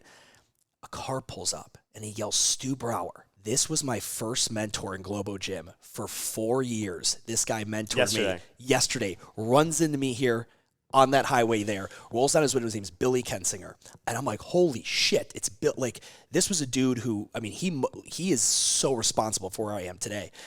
He's been in the fitness industry until about 5 years ago, and then he quit, and he opened up he's got a band here in Jupiter, and they travel all over the country, and it's his full-time job now. He's completely removed. But I just happened to run into this motherfucker on the median on fucking Indian Town Road or whatever here in Jupiter. So I went to his show late last night. He was playing at the something Town Cafe or something. There's some really cool bar restaurant thing he was playing at that I went and watched, but me and him were talking fitness all night. It's just so funny, like, you asking me that question of like, where do you get that? It came from actually have done the thing and just having enough confidence in yourself. I think there's a lot of people that have done the thing and they still don't have enough confidence to say it out loud on a microphone or megaphone or whatever, using social media, writing a blog post. Let me go back to you. Where do you get the confidence? I appreciate the kind words of like being an inspiration to make content, but still at some point you needed to you obviously have success here. Like you can't deny that. Where do you get your confidence when you're talking about stuff like this? Because there's, Mad Lab's trying to talk about the same topic. Active Life's trying to talk about the same topic. Professionalizing coaches. Where do you get yours in that? How do you think about it? So my ideas all come from the day-to-day in here. Just coaching classes from time to time, doing personal training sessions from time to time, working with our coaches one-on-one, working with coaches other places, and, being able to just – it really comes from – focusing on them and their needs. Like at this point in the journey, at first it was different, but now it's like I have so many people that need help, and the motivation and excitement to put something together, a framework, a thought process, kind of a done for you guide or done for you, process that they can implement is like, that excites me. So that really helps me overcome. And I'll be honest, like I struggle with social media. I struggle with the kind of like more of the quick hit stuff of like, trying to put out stuff that's going to be, not that I'm trying to put stuff that's more controversial, but I haven't wanted to up until this point, wanted to invest a lot of time and energy, but a lot of that still is like a fear of like, how are things going to be perceived? Are you talking about like a hot take? Like yes. Something happens and you want to spit something on it real quick. Do you sit on your topics and your theses like just a little bit longer and get them cooked up before you publish? Yeah, and sometimes I won't say it all, or I'll say it in a podcast where I can go really long form with it. Yeah. So I feel comfortable with context. I feel comfortable, like I'll speak my truth in this conversation one-on-one with pretty much anybody. I don't feel like I hold back in that sense. But when it comes to social media, you just lose context. And I really have pushed back against that like polarizing world that is social media, especially over the last few years. One of my goals is to embrace that more and put myself out there more and that be the next extension for me, the next challenge for me. I respect the shit out of that because, and I think a lot of people, they don't see it because this is actually how it happens. I like to shoot a gun off in a public place, right? I like to say something that doesn't have the context. That's a really good way to put that. Yeah. I like to shoot the gun off in the public place. I like to freak people out with the 60-second video or the caption or the image or whatever I do, and then get people to show up. And then I get to have the conversation. It's either in the comments, but honestly, I go right to I literally do the audio message. I wait for one dude to pop off and like, motherfuck me, you're wrong, this, that, and the other thing. And I don't care publicly if everyone knows whatever. I'm going right to the DM, leaving an audio message and slapping with context. Like, hey man, I really appreciate you engaging with it. I totally understand your position. Here's where I'm actually coming from with that. And 7 times out of 10, they come back and they're like, oh, well, dude, I can see that, man. Like, why didn't you just say that in the thing? I'm like, it's faster to have the conversations, to shoot the gun off and get people to come and what's happening. Why'd he say that? Whatever. It gives me the opportunity. If I write a long form piece about it, and I've been doing that with WTF Weekly, that was kind of my, I got 2 strikes on Instagram. A lot of people don't notice. And that's what spurred the newsletter. I'm like, if Instagram got taken away from me, how would I reach people? So that's what started the newsletter. So that newsletter has been able a long form context way and maybe longer form posts on Instagram. But yeah, that's always just been my thing is like, I'd rather just shoot the gun off. And then anyone who gets so heated, they want to have that conversation. That's exactly who I'd want to talk to. But I don't know if they'd ever stop by and have the conversation and take the time to read through the entire thing without that. And again, I could be completely wrong with that, Stray. There's plenty of people that have great social media followings and great content without that kind of approach. I don't know, that's always just been a little bit more my style. I think you're dead on. I think that is hard for a lot of people to do because you have to be willing to keep having that engagement, right? Mm-hmm. And not just take, shoot, I got 30 negative comments. Maybe I should change my stance. Maybe I should apologize. Like, no, I'm going to provide context, not apologize, but really give you an idea. Because the goal of that initial post might not be, it wasn't to start a fire. It was coming from the context of what you really believed. Sure.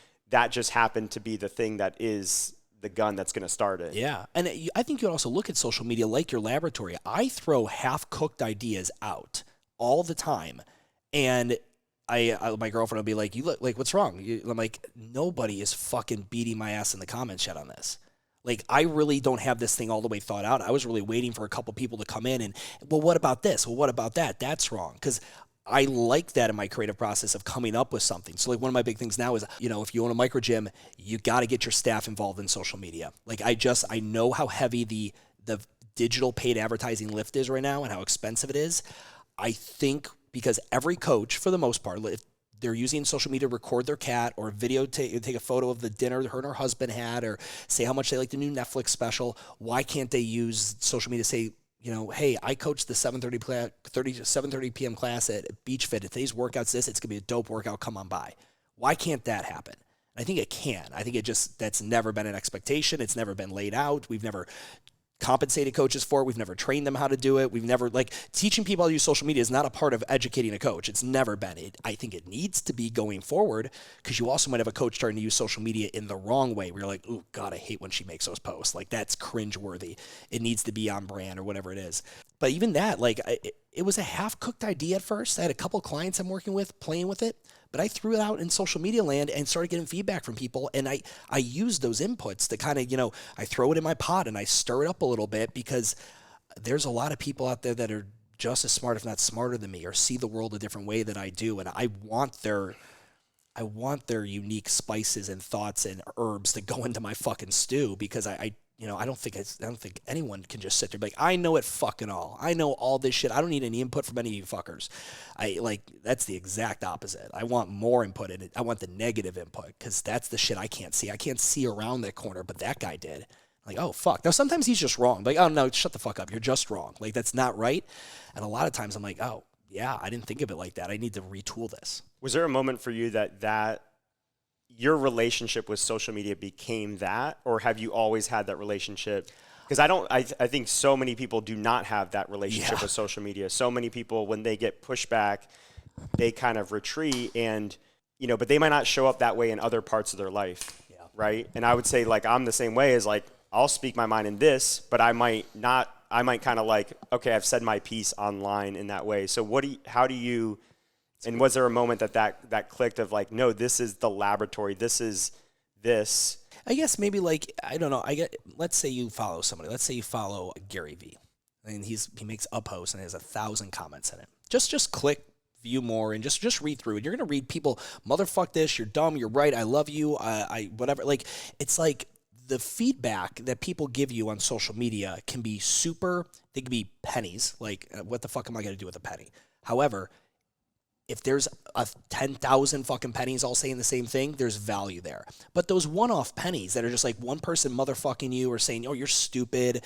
I had a guy make a post be retired, you fucking blah, blah, blah. You went out of business. I'm just okay, I don't care. When I made that whole thing, I'm hey guys, I called you and I was hey, can I come on the podcast? I got to get word out. I want to talk about the gym real estate company. I want to talk about what I'm doing with the retirement, all that shit. There was a lot of those pennies.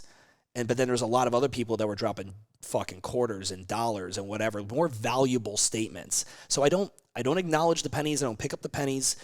But if everyone was saying the same thing, and I'm oh, it's not just a couple pennies. That's fucking $10 right there. I might need to reevaluate that, because what's that phrase? 50 million Elvis fans can't be wrong. It's just at some point the masses, there's going to be that. I think the only other angle on that I could take from an answer to hopefully give someone some value on this is, I think that process of wanting feedback from other people, the more I got into more in-depth shit. So in the early days, go look at 2015 videos. I'm not talking about really groundbreaking shit. It was maybe it was not groundbreaking. Not having dogs in your facility was pretty groundbreaking. Maybe to a lot of people. And for me at that point, it's like, oh, that's just a duh. As I progressed with the content and the ideas got either not radical, but they just got, there's definitely wasn't, I couldn't find any of those answers. That's when I think I was more interested. Like, has Cooper written an article on this? Has Patty over at Mad Lab already talked about this? Has this been in the journal already? Like, it hasn't. I'm like, fuck, I can't find what I'm about to say. I can't find on the internet anywhere. Well, that's a good thing, but it's also like it might not be fully cooked. Like, that's, it's uncharted. Like, so I think that's really kind of where it became when I started talking about shit like operational capacity. I mean, man, when I say I had some information from Globo Gym, like literally like, this is how much money we want to activate per square foot and blah, blah, blah in large scale facilities, but not at like a smaller one. I was literally going to correctional facility. Like, these are educational white papers that were written on correctional facilities in New Jersey about operational capacity and fitting X amount of inmates and cell size and all that shit. Because I couldn't find anything in the fitness industry about it. So that was, I remember that being like kind of scary. The only other thing, when it's math's never wrong. I put a rower, a barbell, a whatever, and I put blue paint around. Like, yeah, that's 125 square feet, fuckers. Like, that's the average amount of space a CrossFitter's probably taking up. I know I've been doing these workouts. So yeah, I feel comfortable saying 125 square feet per person for the average barbell-based CrossFit workout is how much you're taking up in a class. And then I went into the spin studio and I put the fucking tape around the bike. I'm like, all right, that's about 40 square feet, guys. Like, it's just no arguing that. Yoga mat, that's 32 square feet. Math really helps you because math is black and white and nobody can argue the math on stuff. Yeah, so. And it seems like your mindset is like, I always have the next piece of content to provide context to this one. It's like you're always focused on what is that next thing that even if I'm a little wrong here, I'm going to be less wrong the next time around. Yeah, it either supports it or redirects it to the 2.0 version with more clarity or whatever it may be. Talk to me about so, I mean, again, you start putting out the content. You rebranded to Care Coach Lead. Where did that, like, I know you didn't like 7-Figure Box. I know that sounds like something that Hermosi would have put out, right? Like, and for you, you're just generally a nice dude. Where did this come from? Who came up with the idea? Because I always love the significance of the title. Like, I love knowing where the naming conventions come from. So this came from FitTown of taking our core values. We had 6 core values. We still have 6 core values, but turning those into 3 actions. Turning those into something actionable first. We didn't know how many it was going to land on, but it ended up becoming 3 actions. And the actions are also like an order as well. So if you don't care, nothing else after that matters. You have to care first, right? So for caring for us is learning and remembering names, wanting to genuinely understand why a person is here, understanding their goals, all that stuff. And then from there, we have to coach. We have to make people better. We have to do the technical coaching. We have to dig into the mindset and do all that stuff. And then we have to lead by example. We have to be the member in class that we want to be. We have to be working on our own fitness and nutrition. We don't have to be perfect, but we have to be working towards better with that. We have to be, a genuinely nice person, carry ourselves well on social media.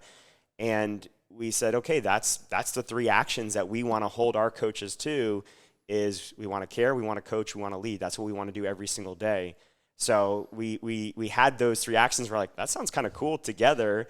And it rolls off the tongue well. Yeah. Why don't we just translate that to everybody else? Why don't we just make that the brand, Care Coach Lead, and that is what we want people to aspire to. I like it. And for everyone listening, you made me so happy is that it all went back to core values. I'll get someone and we get, they pay for a call, we get on a call and I want to spend time on core values because they don't have any and they want to come up with branding for their fucking business. I'm like, you don't understand how important this part is. Like, it seems like fluff. Like, I'm sure probably when you're talking to owners and coaches and you're like, we need to talk about the core values and it's not something that's really well established at the gym. So like, okay, this sounds, we're going to talk about feelings. Is that what we're talking about? Like, it's so fucking important, man. It really is. Important. I mean, you can make so many hiring and firing decisions based on that. Auxiliary programs. Like one of our original 6 core values was the class comes first, because we understood that this facility is going to be group class based, and if we as owners, if we have as coaches, if our clients don't value the group class and they don't put that first, when someone's working off to the side or a coach is deciding whether to jump into class or not. Like, it has to be with the forefront of in our minds that the class comes first and we're adding value to that experience. So they can be super actionable things.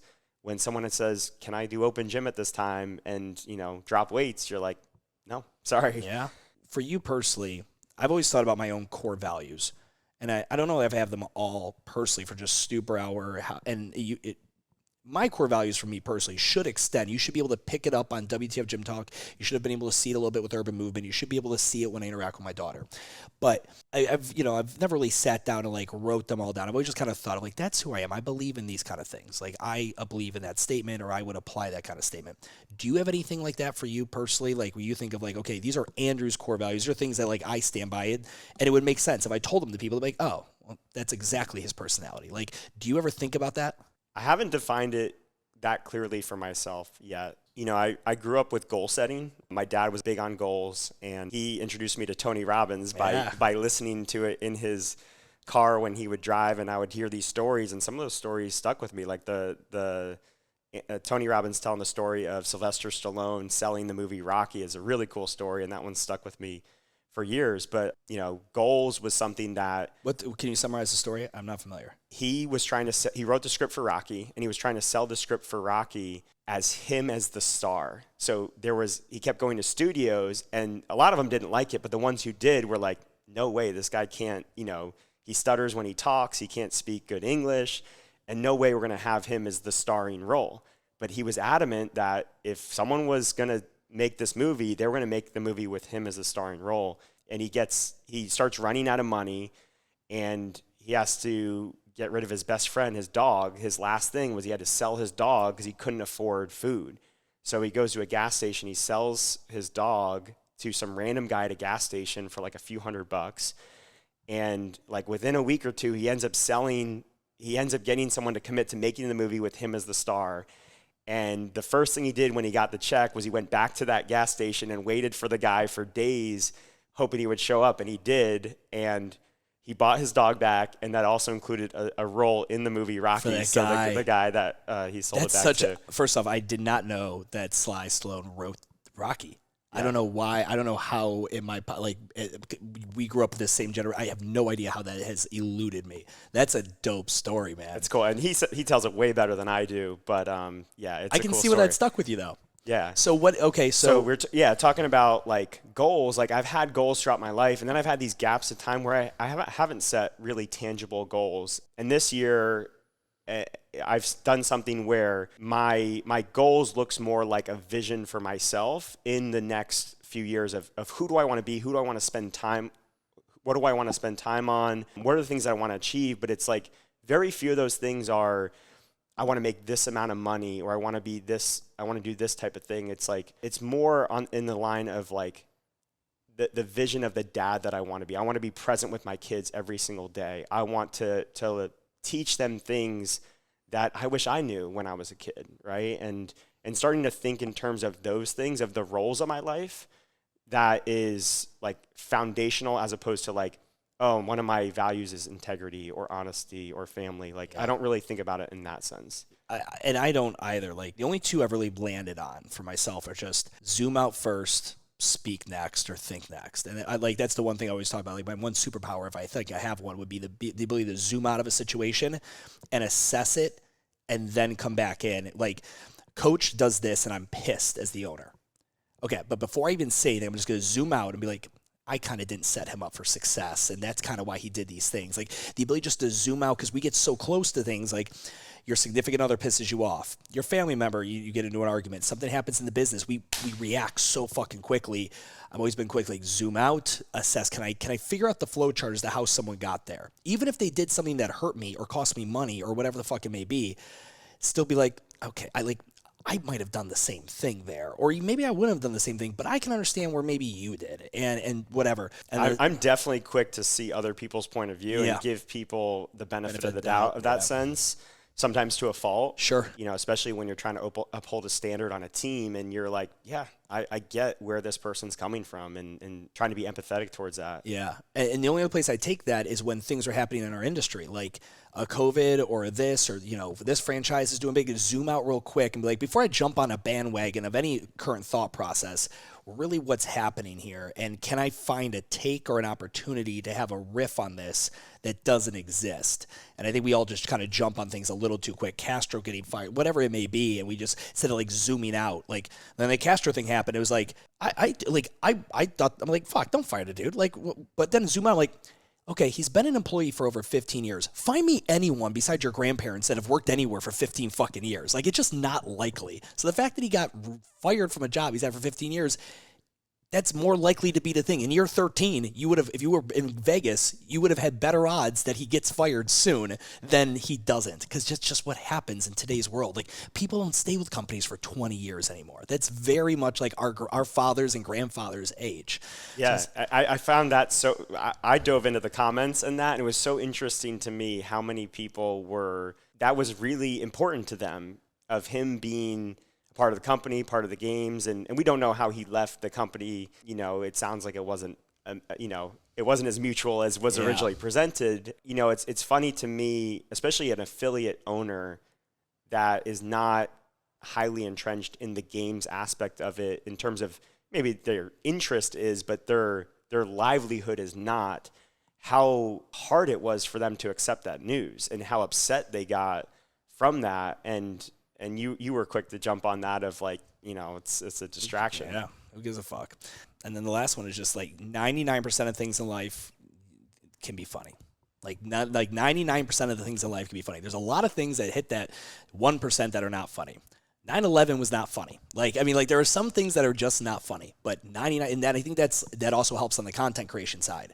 If you're always able to talk shit and laugh at somebody else, you have to be able to take it inward as well and let someone else talk shit and laugh at you. And as long as, I feel like I've always had that kind of oh man, I want to make fun of fucking everything. I think everything almost is fucking funny, but then that means everything someone ever says or talks shit on me is also fucking hilarious at the same time. But I think of my core values in those couple things, and I feel like I've got to have a few more. I just haven't really figured out what they are yet. Yeah, so for you, it's more of, I get into these situations and it's almost like an action plan, right? Yeah, like an operating system for when I have to make these decisions, or when I need to use my brain in the real world to come to a decision, or just have an opinion about something. Do you think everyone's entitled to opinion? Yeah, everyone's entitled to an opinion. I mean, I'm a big proponent of just, the more ideas, the better. Yeah. So yeah, I think especially if with you having that opinion, you're willing to hear others' opinion and make it a real... Give a penny, take a penny. 100%. Yeah, you got to be able to. That was I remember one of the first times I ever did a speaking gig, someone completely was did not agree with something I said, and I wasn't prepared on how to handle that. And I think I said something to the tune of well, everyone gets to have an opinion. Anyone else? It's just but there's nothing else to say anymore. You just disagree with me. And I think that's something, especially in social media and comment fights and fucking keyboard warriors, I'm okay with you not agreeing. Me and Isaac would get into this hot and heavy. There's every time it happened, I'm like, she's probably gonna quit. I would have an opinion on something. She didn't share that opinion. And I'd be like, oh, that's okay. She's like, no, it's not okay. We know we have to meet here on this.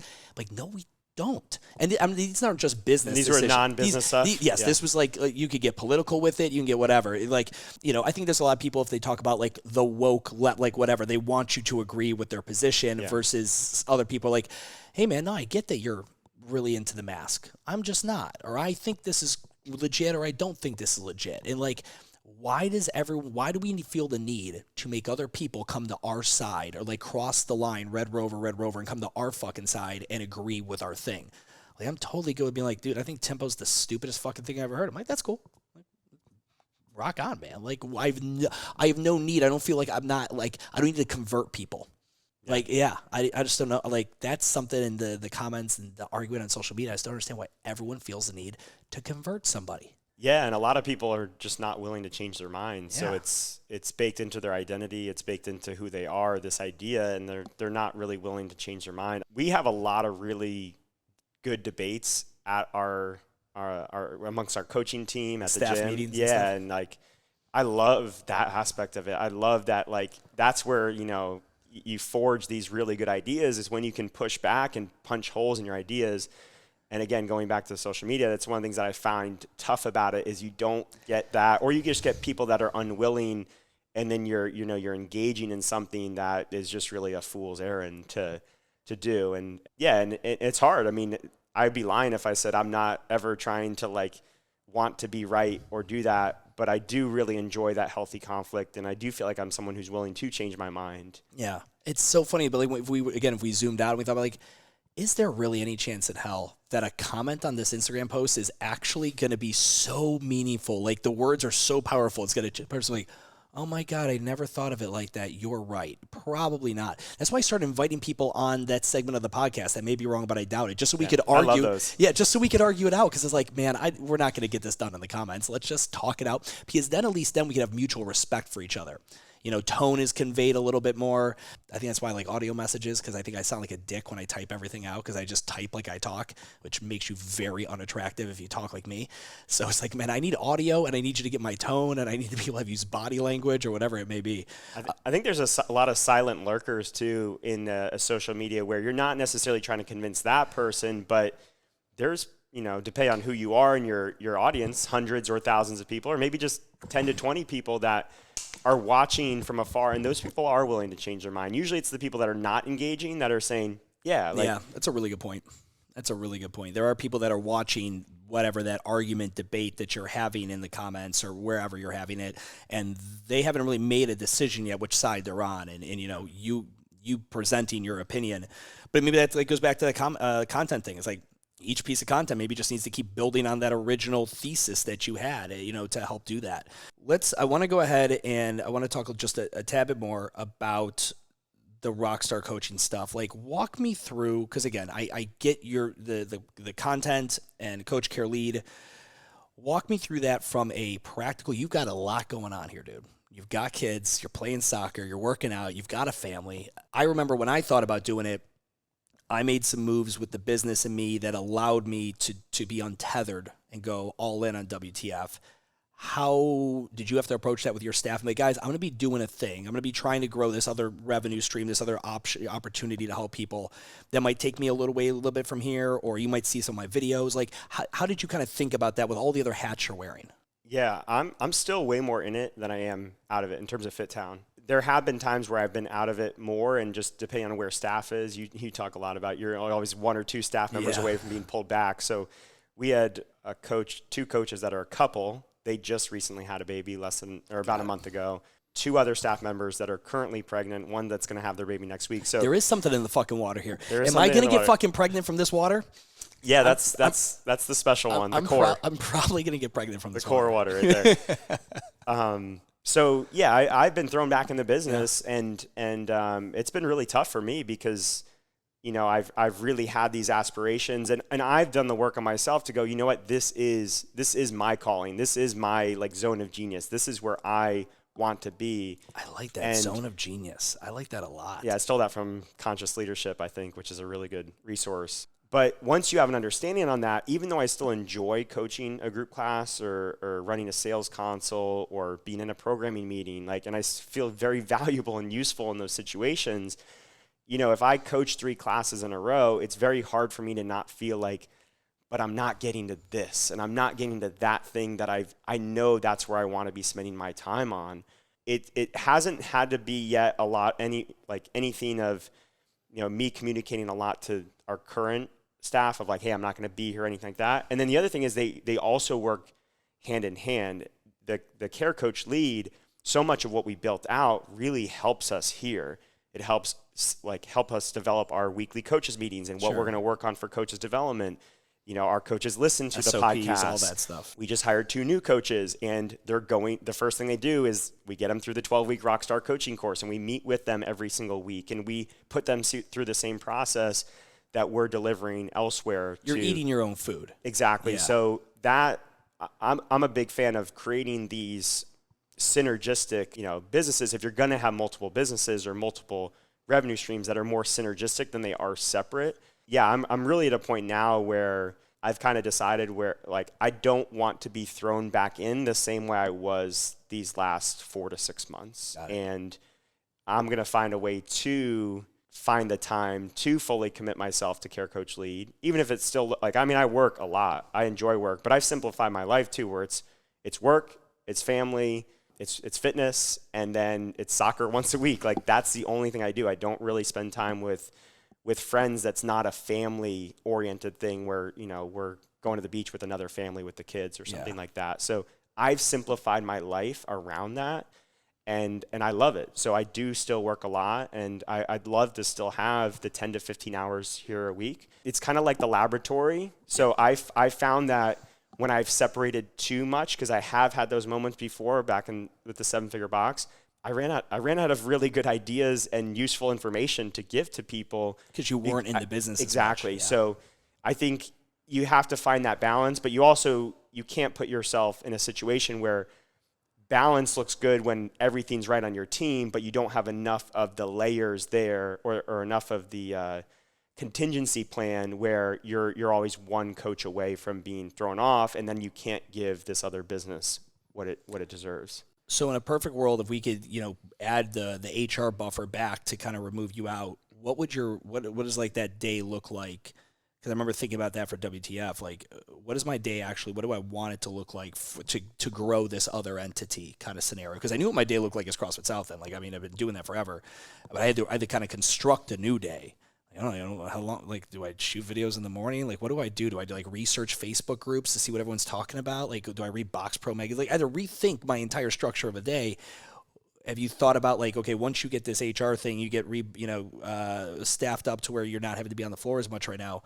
What does that look like because I'm assuming this is what Care Coach Lead is ideally what you want to be spending more of your time on. Yeah. Ideally, I'd like to still do an early morning workout here because that makes me feel good and that gets the juices flowing. Yep. And I don't necessarily have to be the one coaching to give our coaches feedback and then to learn and find situations to create content off of. And then I really want everything else before noon to be content creation or sales and marketing. And that could be social media posting, social media commenting, conversations, but that's where I see the evolution of this.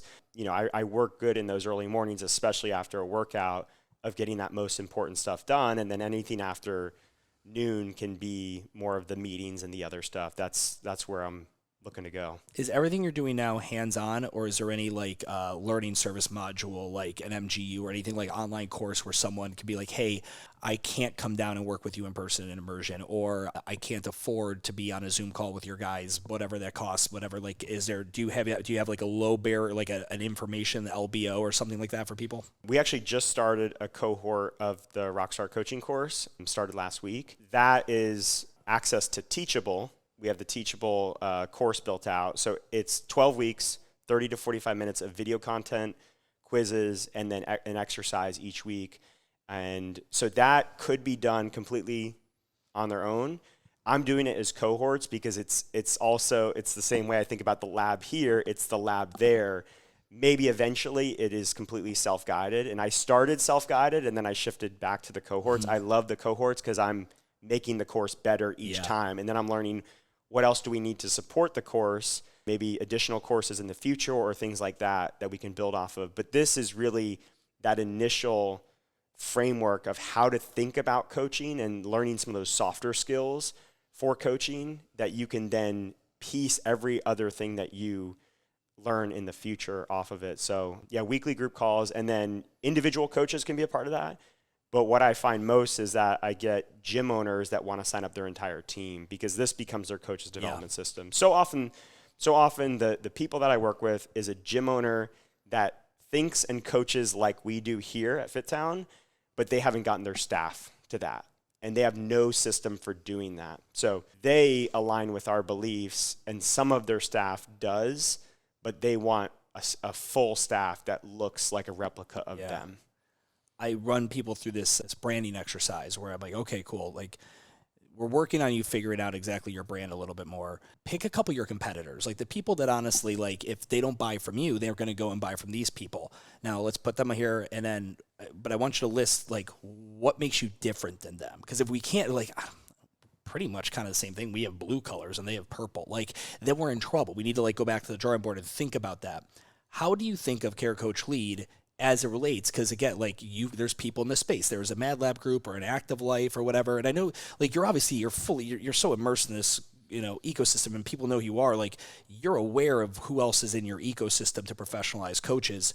How do you think of your business, and what is the difference? I'm not looking for you to like to bash people or whatever. You can if you want. How do you view what you're doing differently in that space? If I were to put you through that exercise, I'm gonna take this moment to just bash everyone. But the people that I first look at CrossFit and growing up or growing through the CrossFit model, I've done level 1, 2, and 3, and a lot of the SME courses. I'm like, yeah, CrossFit's so good at the technical side. I think they actually are really great at that, despite the bad reputation of getting people hurt. I think they teach how to coach an air squat, how to coach a deadlift, as good or better than anybody, I think. I'd agree. But they have, they have these 6 attributes of what makes a great coach, and they talk about presence and attitude and group management, yet they don't really talk much about presence and attitude and group management. It's just kind of like, yeah, do that thing too. They focus on the other 4 a lot, which is, the scene and the correcting and all those things. As I did all these certifications, I would sometimes go through a certification, or I would see a coach more often than not, because I had an understanding of it. I didn't put it into words yet. I would see a coach go to a certification and come back a worse coach. Interesting. They would be a worse group class coach. And so one example that I don't think is meant to like call someone out, but like OPEX is an example of this, where yes, they have a great education. I do like OPEX, but OPEX tends to bash on the group model, or they place individualized programming on a pedestal, I believe. And they're not looking enough from my perspective, at buy-in, excitement around fitness, what's going to get someone to actually follow through.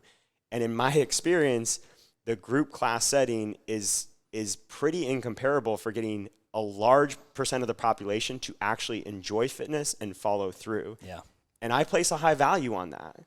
So we would see coaches that would start to look down upon the group class setting after an OPEX certification, because they didn't understand, they didn't have a mental model to piece that into.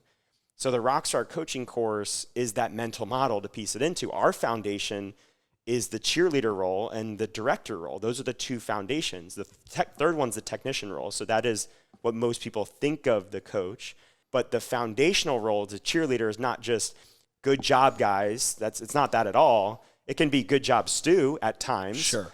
Great job keeping your shoulders back, Stu, at times, using your name, talking to you individually, connecting in your personal space in a comfortable way, but it's relationship building. That's what it is. It's getting to know the person on a one-on-one level. It is a micro role. Cheerleader, people think of it as a macro role. Macro meaning we're addressing a group of people and we're getting the group excited. That's not it. That's the director. That's the next one. The cheerleader is, I care about you as an individual. I'm your teammate in this thing. I want you to succeed, and that's how I'm going to support you. You need that foundation. And then the next level is the director. That's the logistics. That's the operational capacity. That's the clock, the music, the staging. Right now, you mentioned this is for our competition. This is not for our competition. This is just status quo. We cleaned up the whole competition. We set up for Sunday. Got it. We're staged for tomorrow's workout, ready to go. This is what it looks like. And every day has a different flow, but it's staged in a way where you look at it and it makes sense. It doesn't look like it did yesterday, but it makes sense for today. So you have to master those 2 roles. And like I love Dr. Sean and what he's doing. We use the active life movement assessment for our gym, and we teach that to our trainers right from day 1. When someone comes through our 40 days to fit, they do an in-body and they do a movement assessment to start every session. So I love what he's doing. But again, I don't think he's talking enough about how how excelling in the group class and having that framework of, these softer skill roles or the non-technical roles, maybe a better way to say it, how they fit into a long-term trajectory of a really successful coach in a micro gym that is group class based. Out of everyone that's doing it, like the people that we were talking about, who have you been, maybe not inspired could be the word, or somebody like, man, I'm doing it different, but like if I was interested in doing it like that, I would do it like that? Are there any of these other organizations that are like, and it could be in other industries too, like when you think about perfecting technicians, professionalizing the technicians of fitness industry, who do you look at and be like, man, they're doing a badass fucking job, have you ever I know you mentioned Sean, he's doing something different. Have you ever reached out to someone who's doing what you're doing similarly and been like, hey, we kind of have different flavors here, but I just want to collab. I get where I'm going with this is competitors and colleagues, right? That kind of thing. Yeah, I see Active Life more colleague than competitor. I see CrossFit more colleague than competitor. Two Brain Coaching, so Two Brain opened up a division. I mean, I've had them on the podcast, so I don't see it in a negative way, but they're more competitor, I would say, because they teach very similar to the way I teach. I would say Jason Ackerman with Best Hour of Their Day, more competitor. I could see someone's likely going to do that or this. Sure. Where I think a great liberal arts education for a coach would be a CrossFit Level 1, an Active Life, and a Rockstar Coaching course. That to me is a great start for a lot of coaches. And if you were to ditch any of those three, I would ditch the CrossFit one. I think us and Active Life is a really good pairing that we talk about different things, but there's a lot of overlap in having both ends of that coin.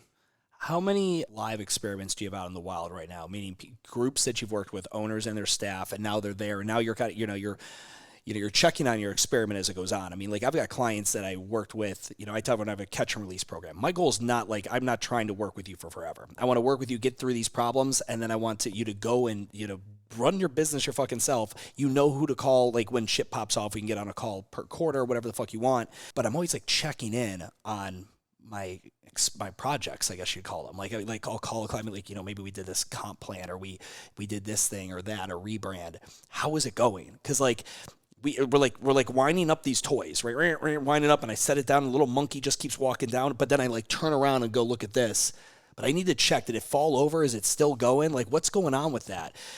Have you had anyone come through your system that is now months removed from it, and you're able to start seeing how it shakes out 6 months down the road, 8 months down the road, that kind of thing? Yeah, I don't have a ton of them because originally it was self-guided, and I honestly have not done a great job of following up with those self-guided ones. And we've done a few. This is actually the second true cohort that we've done, and that last one was in the fall. So I have 4 or 5 gyms from that one. And but the biggest shift that I see initially is the confidence with the next coach. So it's kind of like a price race in the sense of it can be very difficult with your current staff to get them to be 100% on board with the Rockstar Coaching mindset and that outlook. But what we tend to see, and it happens very quickly, is a gym owner goes, oh, I get of my 5 people on staff, these 3 should be on staff, these 2 should not be. There can be some negatives at first if you like the status quo of things, because you're generally going to be kind of pulled into the matrix or out of the matrix to be okay, I understand how these people are really hurting our team, hurting our culture. But what's great about that is when you then bring on the next coach, you are so much more equipped, and then you have a system to run them through. So it can be this grassroots thing where you have to then, you raise your rates. Yeah. Maybe you didn't raise it all the way up on grandfather rates. You got them part of the way there, and that's great. You're making more revenue per month. But where the magic happens is when now each new member comes in at the new rate, and then you start to get 30% of your membership there, 50% of your membership there, 70% of membership. They're like, oh, okay, that is awesome. And that's the experience we had here as well. If Rockstar Coaching got up to a monthly revenue run rate where you're doing $20,000 a month in it, how would any of this look different? Or would you just be would you ever need to be I don't know, I need one of these as a laboratory. I'm having people come through every single month. Have you ever thought when it gets big, what do I need to do different? Because I'm always thinking about that with WTF in the beginning. That's why I was super precise. I do not want this to become a business. This needs to be a job where I control the restriction. I won't take you on as a client if it's going to go over 40 hours a month. That's it. That's all I'm going to work. How have you thought at all about the growth of this thing and how you would control it or restrict it or expand it, and what would it take over? Obviously mine, it took over CrossFit Southend. The day I had the finance guys cut off my salary, no more pay for me, was when I knew that I wasn't pushing WTF. I was not pushing it to grow because I didn't have to, because I had money coming in over here. And it wasn't until that. And also, if I'm going to go 100% in there, I need to free up money in my own business to pay people more, to hire more people to do that. So it was dual-sided. How do you think about, all right, this thing grows. I want this thing to grow. When it does get there, does it impact this at all? Like, what changes here? I don't think a whole lot changes here. I definitely want to have some immersion experiences. In order to pull that off, I think we'll probably need another base somewhere that has like a little mock gym set up that we can shoot content, that we can do breakouts, and we're not only limited to open gym or when there's nowhere going around. Yeah. I mean, even now, we have hours of the day that we don't have classes, but there's very small windows that I can count on recording without something dropping or That's why I was waking up at 3 a.m. to get into the gym before like 5 a.m. started. Yeah. Yeah. If everything were to go really, really well and I were to feel like confident about things, we would likely have 2 more locations. So one about 25 minutes south, one about 25 minutes north, kind of anchor the 3, nothing too far away. And the coaches that would run those gyms are the coaches that come through this course and that stand out, right? This becomes the way to filter great coaches that need a home. There would be that. And then for me, I mean, I see, having a place that we could shoot content. My goal would be to keep growing that educational library to help connect the dots to a career. Because this is a great foundation. It becomes a great filter to run an OPEX through, to run an Active Life through, to run any certification through this outlook on coaching and career roadmap. But it's not that I don't trust other people. It's just that I don't want to leave things to chance. If I want to help a coach create a career, I want to be able to provide all the tools in the toolbox for that coach to do it. And I don't want to just say, well, go do this thing and hope that that person does a good job with them. I want to make sure that we're doing everything within our power to give the coach the tools to develop that career. Now, if you went north and south and you had this one here, that would be 3. Would you then, you talked licensing, would that be something at some point, would you license to other locations? Would they be corporately owned? Have you thought that far ahead? Licensing would probably be the route we would go. I've heard some of your stuff on licensing versus franchising, and I like that, at least with what you did, it was not just the CrossFit license. It was like, we're going to provide the tools to run a really good business. It wouldn't just be like, I don't think the name is the valuable thing. I think it's everything else that would be valuable and all the things that we could get.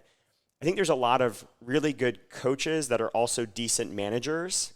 Those are the people that I usually interact with that could run a really good FitTown model where we can take a lot of the business side off of their plate. And I could see us licensing to those people. And especially if their team has already gone through our course, we know they have a Rockstar team, then it becomes easy because that's the hardest thing to do. Who you can put in there. Right? Yeah, that would be, if everything goes well, that's part of the vision. I love that. It's, as a side note that I mentioned earlier, from what I hear, you don't need to use CrossFit anymore in a name. And as soon as I heard that, again, I zoom out. I'm like, why would they make that decision? I'm like, oh, they're about to add more value to the license in the form of business education and systems and tools and probably member management software or something, CRM or something to that effect would be my prediction. Because you just yanked.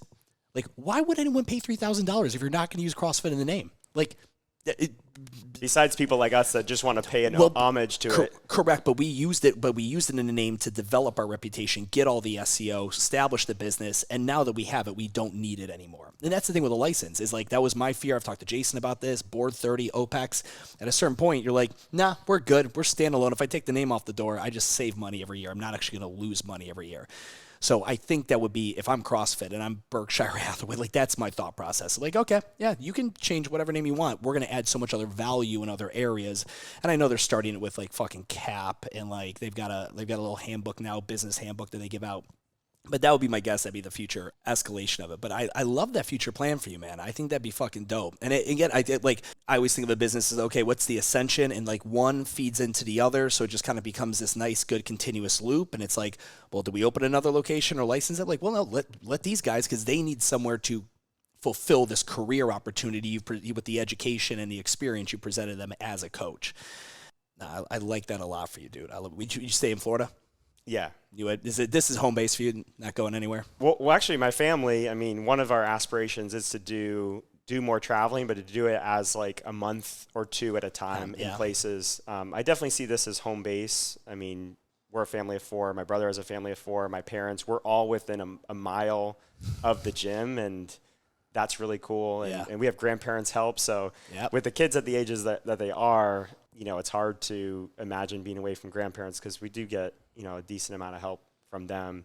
But yeah, I think being able to just travel more and to spend do a Tim Ferriss 4-hour work week, mini retirement in these places, you know, that London experience that we had was so impactful that, you know, having another one of those, we're really trying to do one this summer, actually. That would be the chance to just kind of get away and figure out where we want to direct the next 5 to 10 years of our life. I love it, dude. You mentioned earlier that, you know, you work out, you work, you have family, and you play soccer once a week. You don't, you know, there's not a lot of free time spent doing other shit, and you giving up time to sit here with me on Saturday and invite me into your awesome fucking house and spend time, whatever, man, it means the fucking world to me. I'm just coming down here on a whim, and I hit you up, and you made yourself available, and I cannot thank you enough, man.